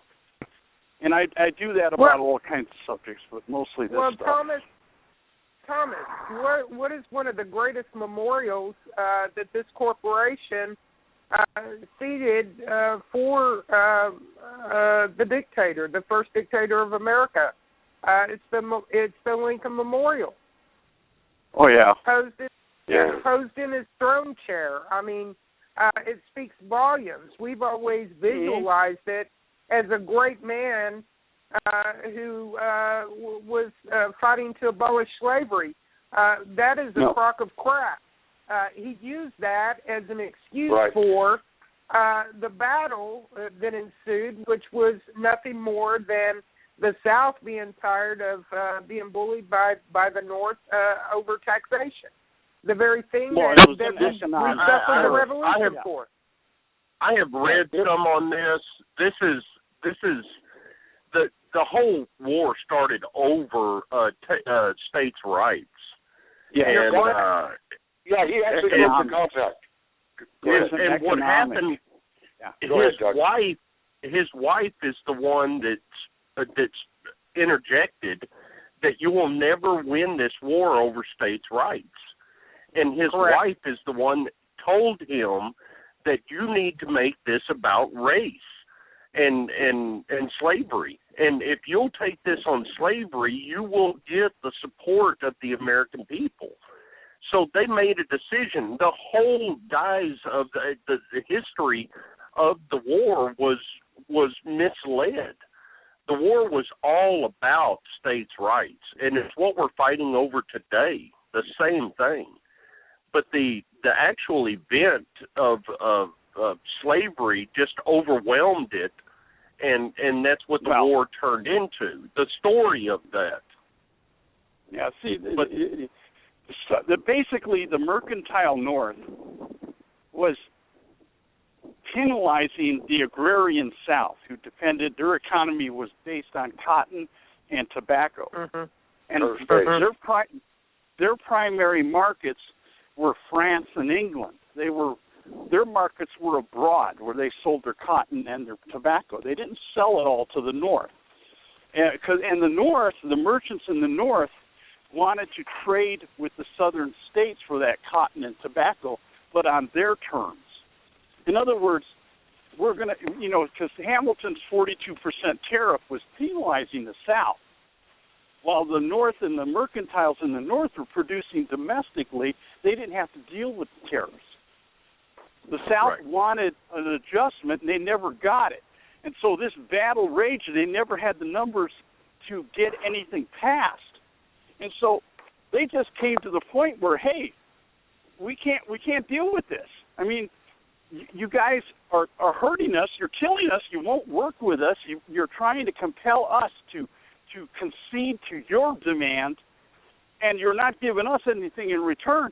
They just reached an impasse and decided to screw this. We're going to, that's why they seceded. They seceded over economics. It had nothing to do. Matter of fact, Lincoln in his inauguration address, he was trying to soothe the South's concern concerning slavery. He had no intention of freeing the slaves. If he did, why didn't he do his actions in 1861 or 1862? He waited until after Gettysburg. Well, that's interesting too, Thomas. That he did those things, but his first actions before it included the southern states is he broke the pact of the Union altogether. He suspended the entire Union. Well, yeah, he set the Constitution aside. He did. He completely stopped the agreement entirely and forced the South to respond, which is why the South went to the point and determined that they had no choice but to secede, because there was no longer a pact and there was no longer a nation or a union of the states in a republic, because it was broken and suspended by Lincoln before any of the other actions occurred in order for him to be able to force it. He destroyed the Union, and history looks upon him as some great savior, which is just a bunch of crap. He wasn't. And our country hasn't been the same since, and we're living. That's why when everybody says to me, well, Congress passed this law, and Congress passed this bill, and Congress passed that bill, and I'm like, what Congress? It's not. I don't recognize any of that crap coming out of the district. As far as I'm concerned, it's a dog and pony show, and I'm really not entertained anymore. I'm certainly not going to beg those creeps to do their job, because, quite frankly, their job is for a corporation. It isn't for me. And I know that status. So knowing that status, do I want to sit around and pretend, or do I want to throw their asses out of my government and get real government officers loyal to the Constitution in their place? That's what I want to fight for. I want to throw their asses out of our government offices from the local level up, because, quite frankly, when you get right down to it legally, the federal government is not our concern. It's the state's concerns. As far as I'm concerned, the District of Columbia is a swampland. It should be turned back into a swamp. Let them stew in their own freaking sewer within that 10-mile square. Let's build a damn wall around it. Sit around it with stingers and make damn sure no one goes in or out. And let them stew for a while. Well, that's considering that we even allow them to keep a place to sit and stew. I kind of like the idea of taking that back for ourselves anyway. We've given them that enclave, but they took it unlawfully in the first place. They had no right to it, so technically they don't have any place on the land if we just want to wash them back out to sea. Well, yeah, but we got to get there. See, and until we get to that place, we just let them stew. But in the meantime, we got to get our states back. And then the states can decide what to do about their little creation. I'm going to start seeing if I can, Becky, we can continue this with multiple shows. I'm also going to talk with Bill Boa about coming in and spending some time here as well. And we'll see if we can't bring some of the generals in under rage of the regime and against the regime. Against the regime, and see about having those conversations here in the open about their insight regarding the states and how to accelerate a force to implement that recognition and to get the governors to play along, even if they're not willing to. Well, yes, and you know, that's a really good point. I'm glad you brought it up because I was actually going to ask you if your friend, your general, was going to be able to join us this evening. No. Here's the cold hard He's traveling truth, right now. Here's the cold hard truth. For all the listeners out there, you've received a lot of information and listened to the discussion of the panel today. And I'm sure you have a lot of questions, and I apologize I couldn't get the chat to come up, but I also have been given an indication by one of my monitors on the Blog Talk show that we had uninvited listeners today on the show, and we invite them. I'm not obviously trying to hide anything from them. In fact, they should be listening, and they should understand that they have family that will be affected as well. So from the things that are to come. But if we do not stop the inaction, if we do not stop the dissension, if we do not identify, isolate the informants, the CIs and SHIELDs that walk among us in our militia groups and our organizations that continue to spread lies and cause distrust amongst us, we will never succeed. We will only fail. So with that said, we need to set our differences aside. The egomaniacs out there don't give a shit about your self-appointed rank and how big your testicles are. Get in line, get on board, and get it right. We need leadership. We need people to be able to humble themselves and take a back seat if need be, and allow an individual that may have a little more knowledge in an area, experience, to present their skill set to the table and follow suit. We need to really, really, really get our crap together and organize. And we have a very short window of opportunity, which will be our last opportunity to save not only this nation but the world. And as odd as that may seem to most of you listening, that is in fact truth. Now, the other thing that I would like to stress before we have to go ahead and close the show out in about 15 minutes is that no one person is more important than another to this effort. Everybody that can sit down and hold a discussion like this on the table, find resolve, ask questions of one another, and try to come up with solutions concerning what direction we need to go in and how we're going to drive that vehicle successfully.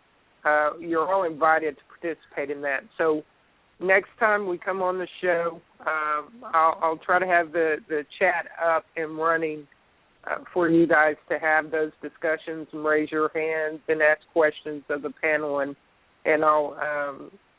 I'll give that information or ask those questions for you, and then generate back through the chat conversation your input. My biggest concern, guys, and is this: we know how nasty these little bastards are. We know they are the devil's minions. They're greedy men and women. They're driven by greed. They're drunk with power. We've already seen them gas people with biochemical weapons and kill entire villages in the Middle East. And I have no doubt that they wouldn't use those tactics here.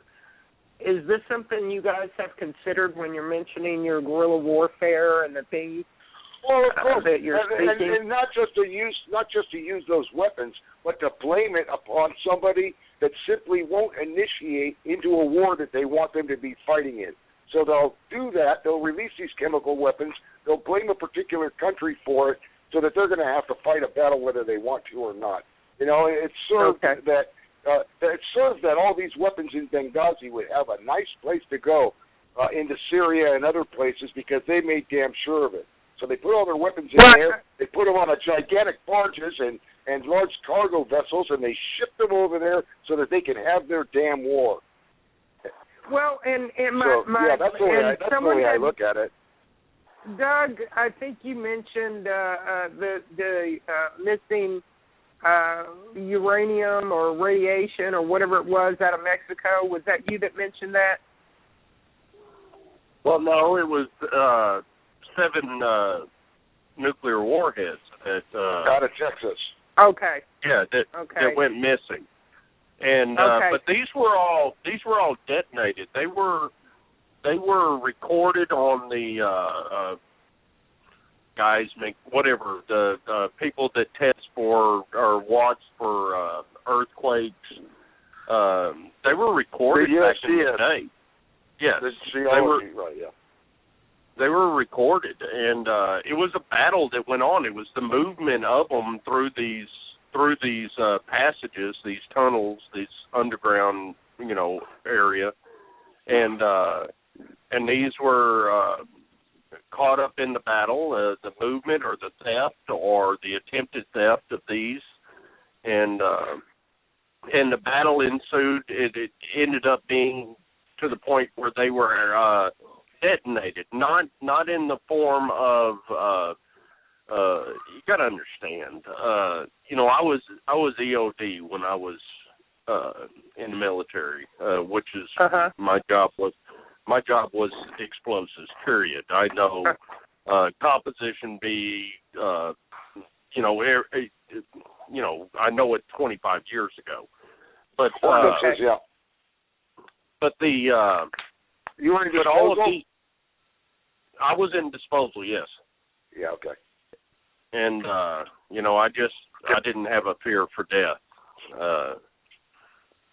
It just I knew my maker back then. So when you don't fear death, then doing your job.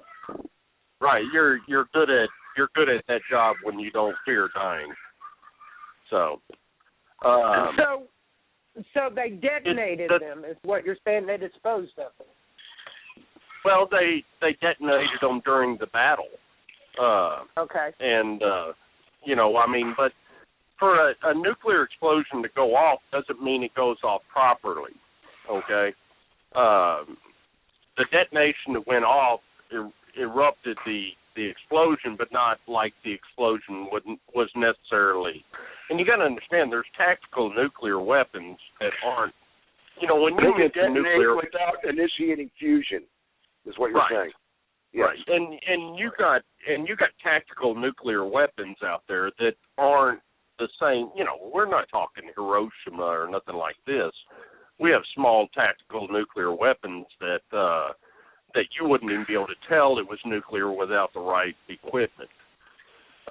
We've seen a couple of them go off in Russia here recently, or in the last couple of years, or near Russia. And they just no, that was a depot that blew up. And actually it was. The first reports, you'll find out, the first reports that come out on combat are generally the proper reports. It's the reports that come in afterwards are the ones that are misleading. Yep. So if you want to find out what's happening, if you're just paying attention all the time, like some of us are, what you hear right off the bat is the actual report. See, what you're confirming also, and in your field, you got to admit, half of your job was reports, man. You were constantly filing reports. You're within a system that becomes filing a report, and reports moving from one place to the next is just like breathing. And that's the thing. Yeah. If you watch for something's first initiation, when it first comes out, it likely holds the greatest amount of truth. And will be quickly, it's like, hey, wait, we didn't want that out there. It'll be pulled back and something else will be put in its place. No, usually it's after the fact, like with what you're saying, correct? Correct. It's if you want to find out, it's not what we do. It's a disease that we have. We think that if we'll dig deeper and deeper into a story, we'll get more accuracy in that story, when actually the accuracy occurred at the very beginning, when the story was born. And Oklahoma City. Yeah, what the benefit, though, of the other reports is that for people who know how to read misinformation and disinformation, it will usually tie more into who was behind it and why these things are occurring. So the other reports, as far as like looking for the initial facts, you'll find less of it. But for those people who know how to read misinformation and disinformation, and who also happen to know, wow, what kind of people have to actually be involved for this altered version to have replaced the others, then you can start seeing a much bigger picture that's actually occurring all around us all the time. Now, well, even when the NSA, there's an old saying called "innocence is bliss." Okay, and you know, when innocence is reporting a story, it doesn't know that it's not supposed to report that story. So if you'll watch for flash news or flash, you know, and you try to catch those first events when they first happen, you will get the accurate story. Yeah. Well, you know, that's the thing that you're just talking about, reporting with Snowden and what happened with the NSA. Most people just were like listening for certain things, and they didn't actually listen closely enough. But for some of us, and I started out in the computer industry a long time ago, my primary customers were the builders of massively parallel supercomputers. And it's not just enough that they're metadata centers with absurd amounts of data capacity. It's that they have an altogether different structure and software, intuitive software, artificial intelligence software, even evolving every moment of every day further and further along. Something happened in those hearings with Congress and the NSA when they did their little dog and pony show. If you knew how to listen for what you already knew was the truth, it was actually disclosed. The gentleman from the NSA that was before Congress actually said, when they were reprimanding him and having him stand down about like not doing this to the whole of America or individual Americans, he admitted that they were unable to stop the gathering of all the data. The only thing that they could control, they can't. It's more of a partnership that this corrupt agency these people have with a machine that is acting on its own behalf as much as it is working with them. That's the truth. Now, so what they did say was, we can control whether or not we're going to actually allow ourselves to look in that data under, you know, regarding an individual or not, or to only like grasp the information about somebody that we specifically are looking at, but they had no control to stop the gathering of it. And that should have told people a lot, but it went right over almost everybody. And it's understandable because 99.9% of the people would have no reason to know about those things or even understand the danger of it. Well, the whole reason the story was put out there was to put fear into the average person so that they would not join a conversation like this right here. Mm-hmm. Mm-hmm. And well, you know, I mean, it's just so, or on a telephone, or on a text message, or an email, that the average person, there is so much information that is released out there, and it's design release. It's released to instill fear in the family man, the father of 4 or 3, you know, and got a great job, and he may know or think what's going on, but if he has no way to communicate with that average, you know, with his brother or something like that about what's going on, because he thinks that he's going to get on that red list or that, you know, blue list or green list, whatever it is. Yep, so they fear what they're being told and what they're being shown, and it's up to us to have them fear what they're not being shown and what's going to happen to them by them doing nothing. Now, when you stopped me a little bit earlier, and you know, we were talking, painting a picture of what we could become, I do that sometimes on purpose because I want to have somebody listening to have an image within their mind while they're listening to what's being said it's not so much the words or the storyline that's as important sometimes as an image, a picture of this is what could actually happen. It's like, what if they collapse the economy? We're screwed. Nah, suddenly we're free, and this is what could actually occur for us. So that people are actually willing to fight, because it's like, wow, we could actually instantaneously not only gain a relief, but a whole prosperity. There's a reward. Become it's worth free. It's we worth could it. become Yes. free. We could actually define you know freedom again. Yeah. Well, the problem is, I don't know. It's like trying to tell folks that they're eating poisoned food, and they're feeding their children poisoned food, and then your neighbor's kid comes down with some funky form of cancer. They're 4 years old. They're gonna die. They've got a death sentence. Only then does the impact of the statement, you're eating foods that are killing your children and they're causing cancers, will it have an effect on a person whose family member wasn't actually dying, but they actually knew the person who was.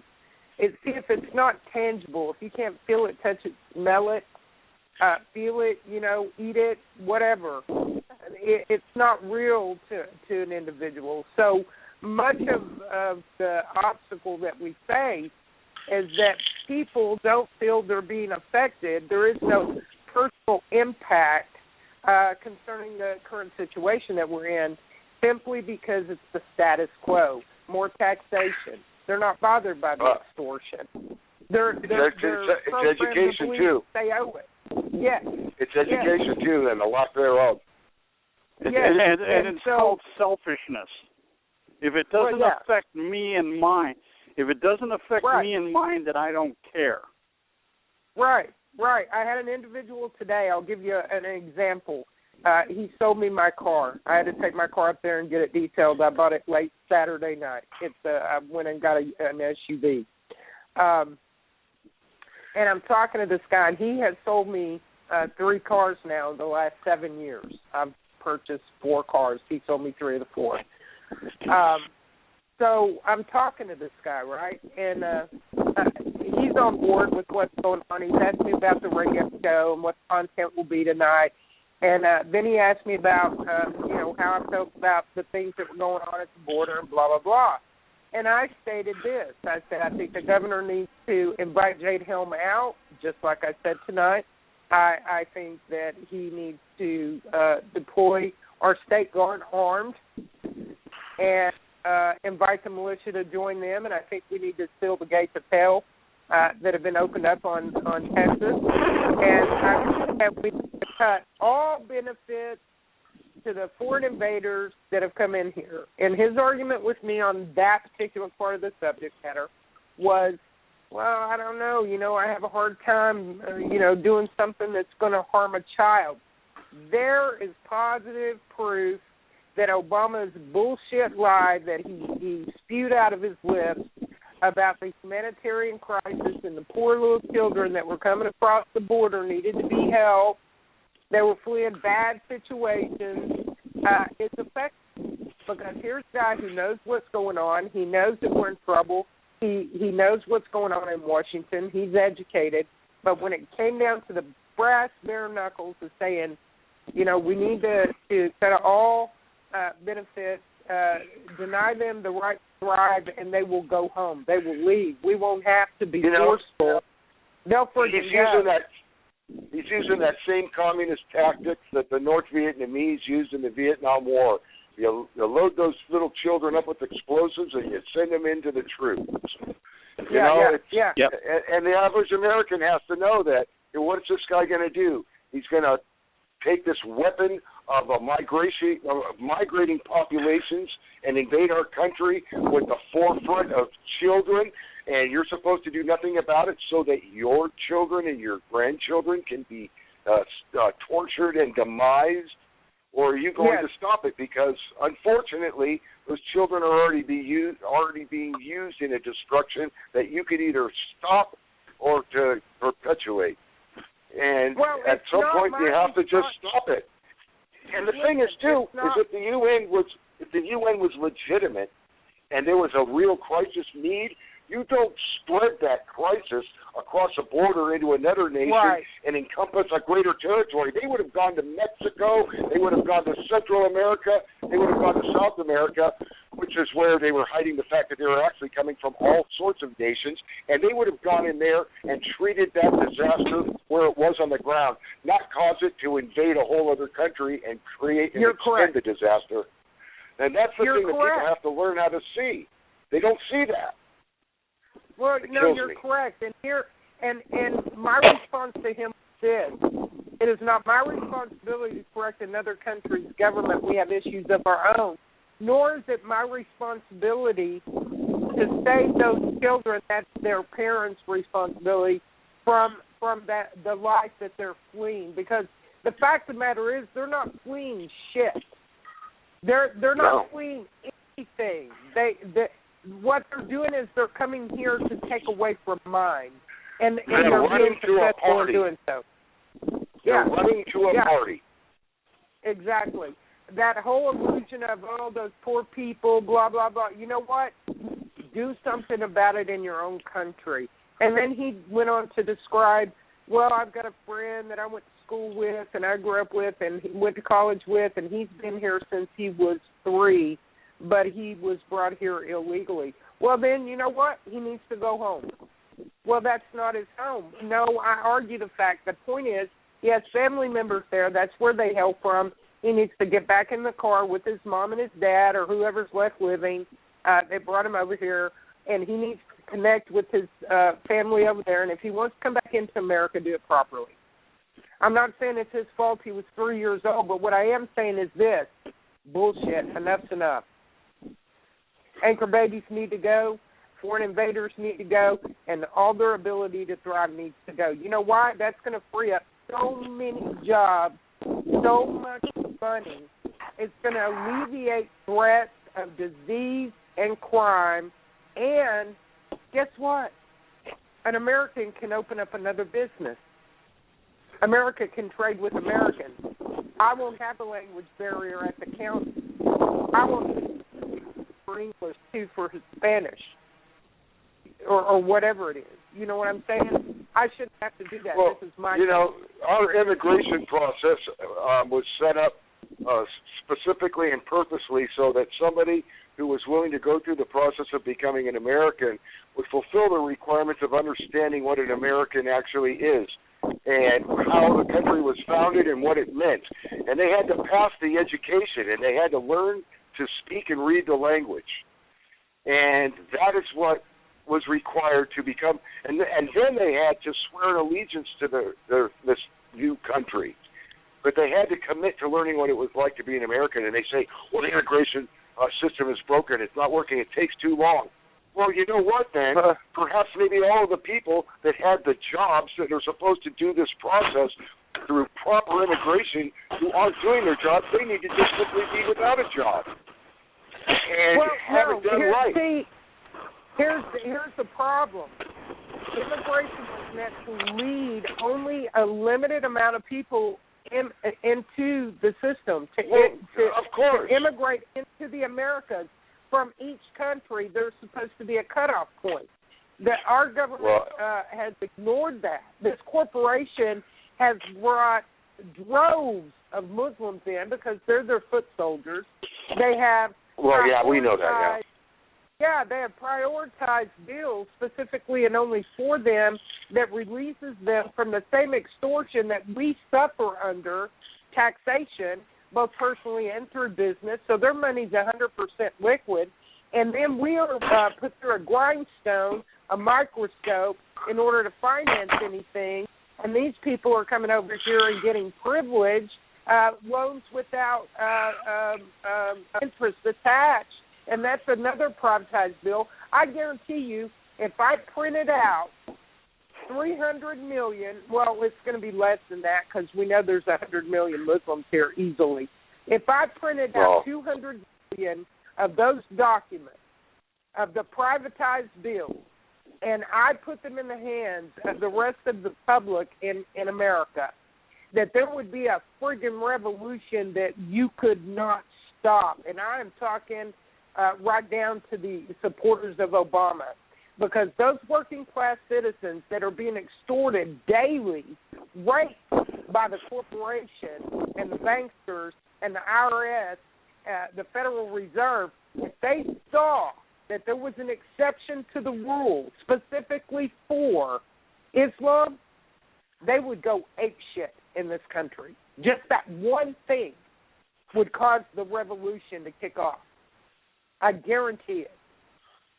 I'm not so sure. As the person who's had his business and his assets stolen from him for back taxes, ask that person if he wouldn't stand up and fight. I guarantee you he would. Ask the woman and the man that is struggling today to make ends meet with two people working in a household that have had their full-time hours cut because of the not-so-friendly Obamacare program that's another taxation on the people. Ask them if they wouldn't battle and fight, because they're having to struggle and their credit is going to the shitter, and they don't have the means to take care of their family, because the second job that they need to acquire is being handed off to a foreign person who's coming over the border invading this country. Ask the person that went to the SBA to try to get a loan for startup capital that was denied, but the immigrant that came in 30 days received a $500,000 check to open up a new business. Ask those people if they wouldn't revolt, and I guarantee if they knew what was going on, they would revolt. Well, you know, I've been saying for a long time, everybody needs to quit allowing a penny of income tax to be extorted from any of their checks, and it needs to happen. And again, back to that script, if they want to try to deny us their money, we just quit accepting their money, and amongst us, we exchange our own money. Yep. We stop complying. Right now, altogether, entirely. Yep. Now, Thomas and I will post, Thomas, those affidavits as an American national separating yourself from their little umbrella corporations. We'll post those and let people read them. If they want to do something about it, they can. If they don't have to. We still have a war to fight, and we still need to muster our community preparedness teams or militia units or guerrilla units or however you want to say it, as long as they all connect.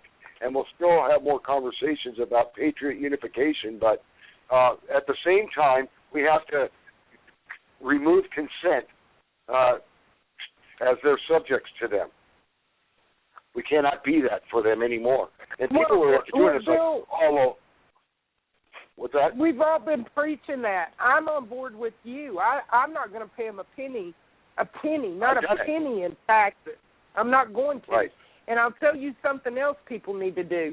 They need to take the time to stop being too lazy, to look up through their comptroller in their state, to find out what businesses in your city are owned by a Muslim. And yes, I'm picking on them because they are the very devil's minions, and they fund the terrorists, and they are the terrorists, and they're given exceptions. They're not subject to the same laws that we have to be forced to adhere under. Actually, they are, but the violation is allowing them not to be. They are subject. So, it's just that's the problem. But here's the deal. Americans are too damn lazy not to stop at the convenience store. And yeah, I'm cussing them. I'm going to ruffle some feathers. Stop doing business with Muhammad. There is no moderate Muslim. If they follow the Quran and they believe in the Quran, then they are lying in wait for you, my friend. And when the bell is rung, they're going to be the very ones that take you and your family out. Stop funding them. Stop making it easy for them to buy up the properties, to build the mosques, to buy up the prosperity. Listen, I can walk in my business as a business owner doing merchant services to try to acquire an account from one of those small to medium businesses, and if I walk into a Muslim business, I guarantee you I will not write that contract. In fact, I've been called a kafir and told to get the fuck out of their building on more than one occasion because I'm an American, because I'm white, because I'm female, and most likely a Christian. And I'm escorted out. They don't even like the They're buying up corporations so that they can be the supplier to their own businesses because they don't want to do business with the infidels. Stop going in and watching Muhammad smile at you. He's smiling at you from behind the counter because you're foolish enough to give him your money so he can live in a $400,000 home while you're out there busting your ass trying to pay a mortgage on a $100,000 home. Stop doing it. People, please stop doing business with the foreigners. They're giving your prosperity, they're giving your children's prosperity, and they are not your friend. They are here to take over America. 70 to 75% of the small to medium businesses, and I preach it every time I get on the show, is owned by a foreign entity right now. It's owned by immigrants.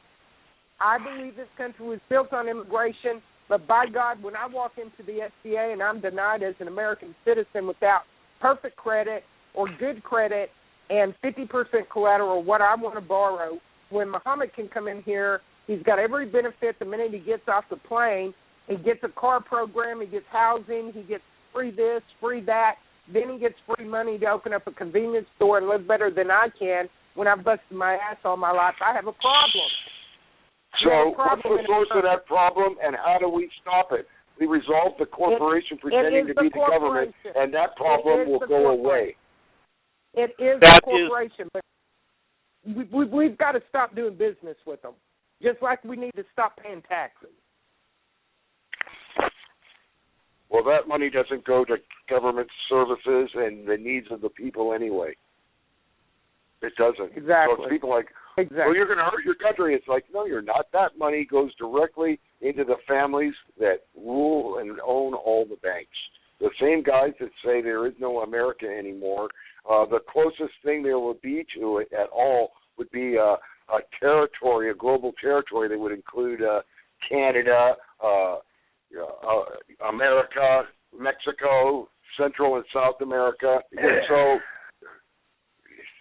we need to stop, though. We need to stop. I'm with you. We need to stop, but we need to, getting America to stop or to give up a little convenience, so to speak, and grow some balls and put their fears aside is, I swear to God, it's like pulling teeth out of a toothless individual.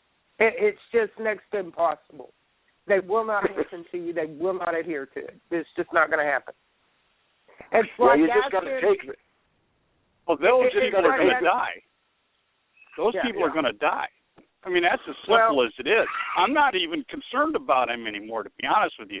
If they don't want to listen, if they don't want to hear the truth, if they don't want to prepare, and they think I'm a lunatic, great. Think all you want. Free country. Yeah. And I don't have to tell you crap anymore. You can live in your ignorance and you can die in your ignorance. Because when it does come down, and when those troops are in the community attacking them, they're not going to come to me because I ain't going to do shit for them. Well, they won't come to you at a certain point, anymore. Thomas.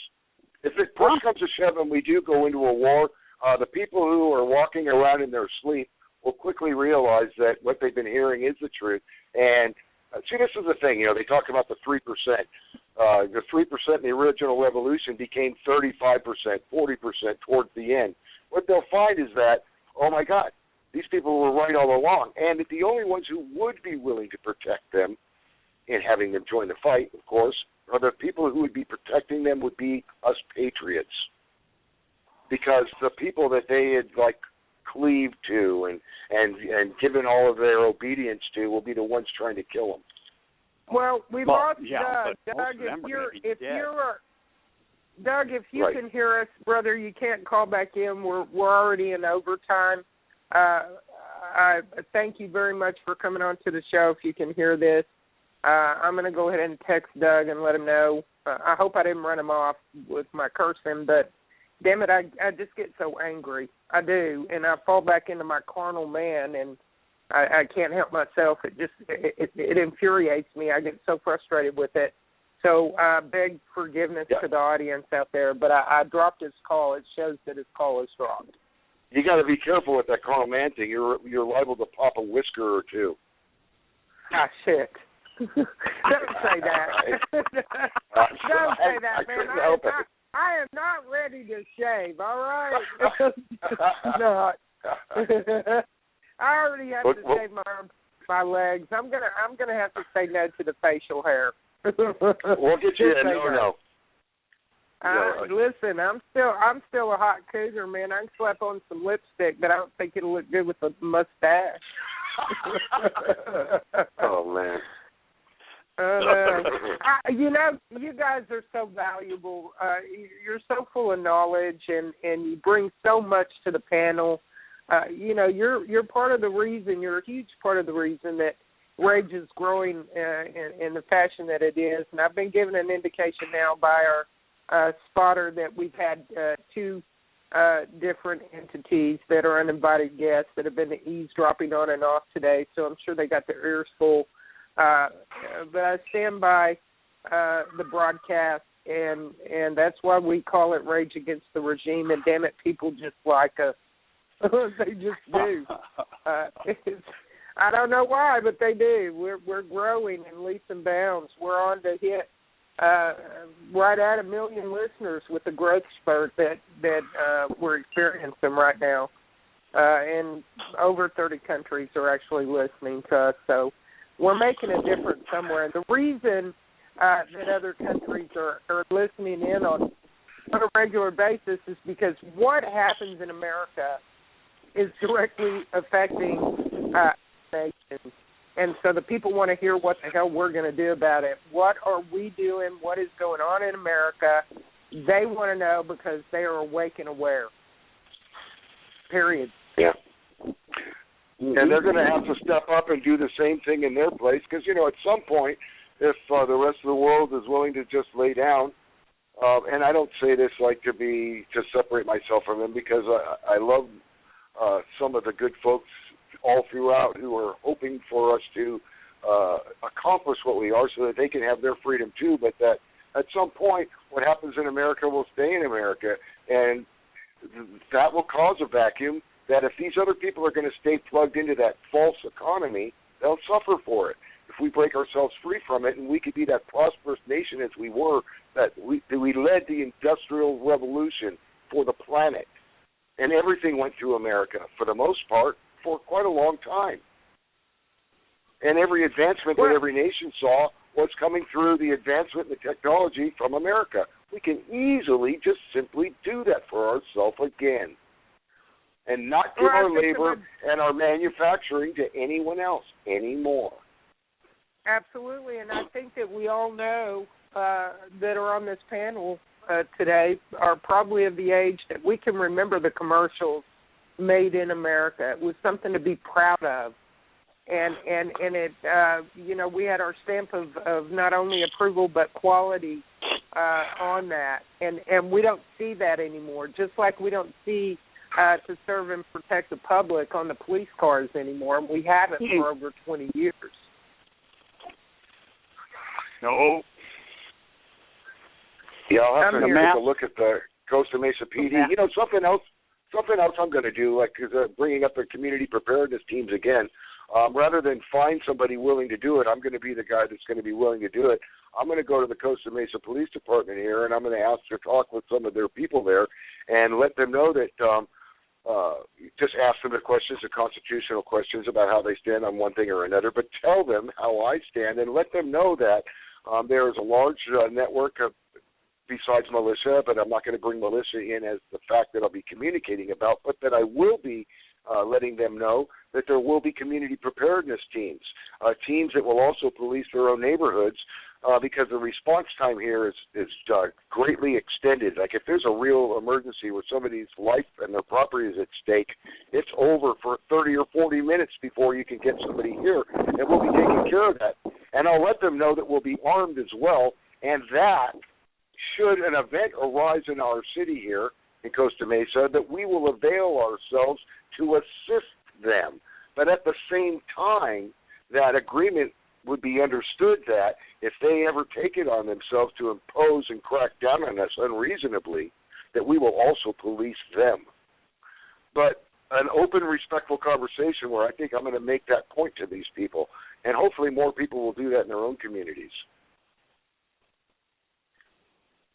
Well, yeah, and we need to really focus on that. I was actually talking to your friend Jim, who you sent to me today, which, by the way, that was a great conversation, and it led to an amicable relationship with the other gentleman and myself and my business partner.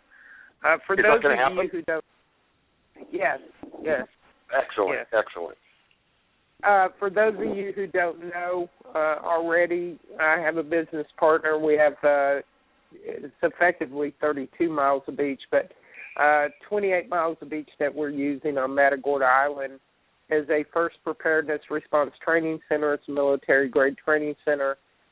We hire only veterans, ex-law enforcement, with the exception of one other employee who is a state-accredited master trainer for the basic EMT program, EMT1, that works with the training with field medic / basic EMT, where you can gain your state certification by taking the state test for that course, by the way.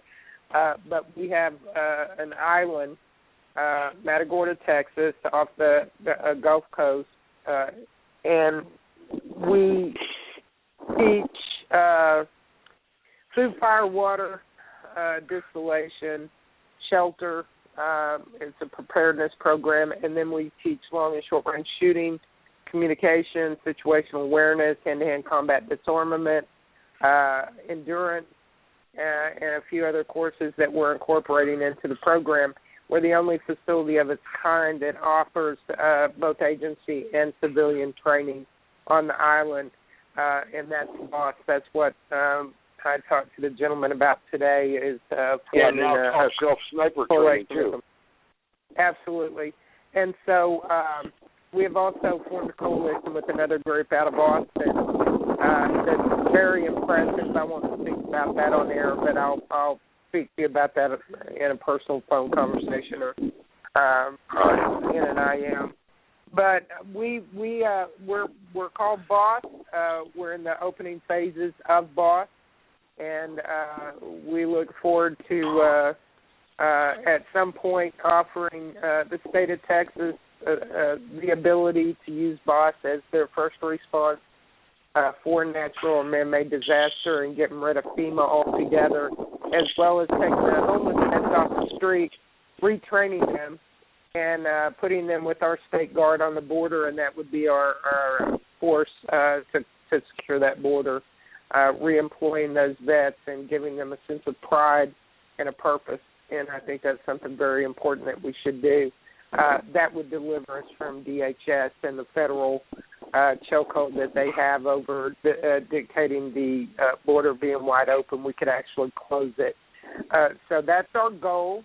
Our mission is to make sure that everybody that comes onto the island leaves that island more than proficient as a first responder, no matter what the situation was that they trained for, in the event that we have a situation which is man-made or natural. Yeah. Very cool. Bam! I'd like to give a shout-out to patriotwarriors.org, Micah Campo. Damn it, girl, you're my shero. You want to talk about an incredible woman, man. She's a wife, she's a mom, she's a grandmom, homeschools her kids, works for Texas Freedom, is working with patriotwarrior.org, which has a platform. It offers a platform just like Facebook, only it is a conservative site created by and run by conservatives. We find a troll in the group. They're booted out. They can't even get back into the website again. So we don't have to deal with what we deal with on Facebook, being censored and, beat up by the trolls and the insurgents. So Patriot Warrior has some other really cool tools that it offers for the Patriots. It's a place we can go to organize, post our events, create a page, create an event, break it down by state, break it down by county, whatever you want to do with it. We also have an auction site there where you can auction goods to create funds for programs, and also a site where you can sell personal items. So you have your own little pages to do that. So it's got some really cool tools that they put together for the Patriots. If you haven't checked it out, it's patriotwarriors.org. Kudos to the people of there. Kate, you and Mike are doing a great job We appreciate you. Let's see, what have I missed? Clive Bundy is going to be on. Cliven Bundy is going to be Bobby's guest on Friday when we do a recap show, so we'd really like for you guys to come on. Bobby thought that it would be a good show to do. Cliven is a very hard guest to obtain. I put out my invitation to the mom who beat her son's ass at the Baltimore riots yesterday and made him leave. His participation was not allowed. His mom smacked him around his ears. Her name is Toya. I've put out an invitation to her. I haven't heard back from her yet. And also to Battle Cat, who kept it real, and I posted her video up today. So I'm hoping that those two ladies will be joining us on the show to give us their perspective about this racial division, the riots, and the thugs. I want to thank my panel for coming on today. Bill, thank you, as always. You're brilliant. Bill, by the way, is my internet husband. I stalk him on a regular. Sorry, Bill. No, I kind of like it. Mick, you just have to start including pictures. I send them, but I'm going to have to keep my clothes on for it. Thomas, yeah. Mick, as usual, brother, you are an amazing man. You want to talk about a man of depth. If you guys haven't read some of the things that he writes, I would encourage you to do so, man. You're incredible. Your spirit resonates beauty. So thank you for coming on. You're a man of knowledge, a man of wisdom, and as always, I enjoy having you on the show. Wilbur was in the background. He didn't chime in today, but he has been sending me messages. Thank you, Wilbur. Thank you, Connie. Thank you, Gene. Thank you, Doug McDougall. Doug McDougall is an amazing man as well. He's one of my locals here, and I want to thank him for coming on today. For the listeners, I'm nothing without you. Please continue to listen. Bring new people to the venue. Every opportunity that you get, we vet our information. We invite you to vet the information we give you. And if you can prove us wrong, we'll certainly retract statements, but I think you're going to find that hard to do. I will be back on Friday unless I decide to do a show tomorrow, and if I do, I'll put out an indication that I'm going to do so, and I'll post up a link. But as it sits, I am going to take tomorrow off and probably ride my motorcycle. It's going to be a pretty Friday day. Friday is at 7 o'clock. Friday is at... No. It's going to be 4:30 Friday, 4:30 p.m. Central Standard Time. I do believe it's when he set the show up. I could be wrong on that. Maybe 4 p.m. In fact, I could probably check. Let me look in the studio real quick. Again, for all you listeners, thank you so much for coming to the show tonight. My deliverance is not always eloquent, but I get it done. Let me just check here real quick, brother. Let me go in the studio if I can get it to open up, as usual. And we'll just look at the episode and see what time it is. But I know that's going to be an exciting show. Like I said, Mr. Bundy, he's pretty stingy about getting himself out there to do the show. When you post the recording for this show, besides the Spreaker link, can you also include the YouTube link for the show recording for today? Yes, I can. Absolutely. I sure can. Okay, good. Hold on just a second, and I'll tell you when Bobby's show is. Let's see.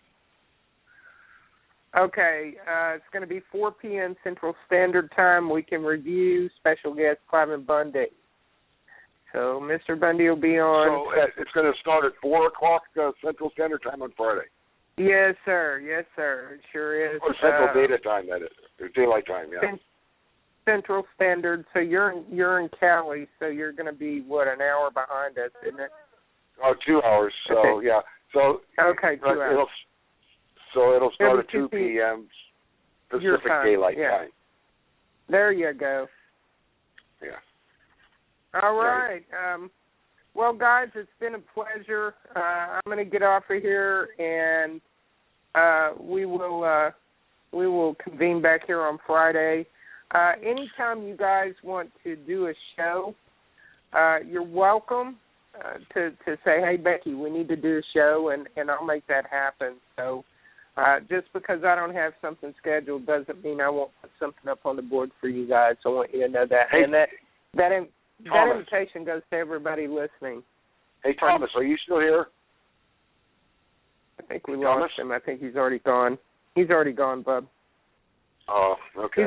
He's already off. Do you have his number?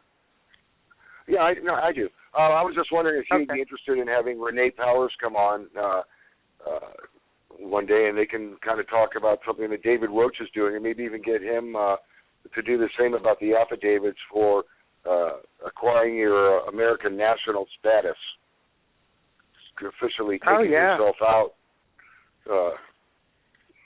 from servitude. So, yeah. Oh, that would be excellent, actually. I'll get the posts with the affidavits, and you can start sharing those also, because the actual affidavits in the process are there. So I'll share that with you, and you can spread that out. All right, will do, brother. Well, I love you as always. Keep safe, and I will see you soon. All right, sweetie. Thank you. All right, good night, you everybody. have a good night, brother. Good night. All right, I'm going to wrap it up, folks. I'm going to play our outro, if you will, and then I'm going to sign off. May God bless you and keep you safe, and I'll see you on Friday back at Rage Against the Regime podcast. Thank you for listening to Rage Against the Regime Radio. Don't be a stranger. Please like our Facebook page and follow us on Twitter at RATR Podcast. And feel free to leave some feedback whenever you listen to us.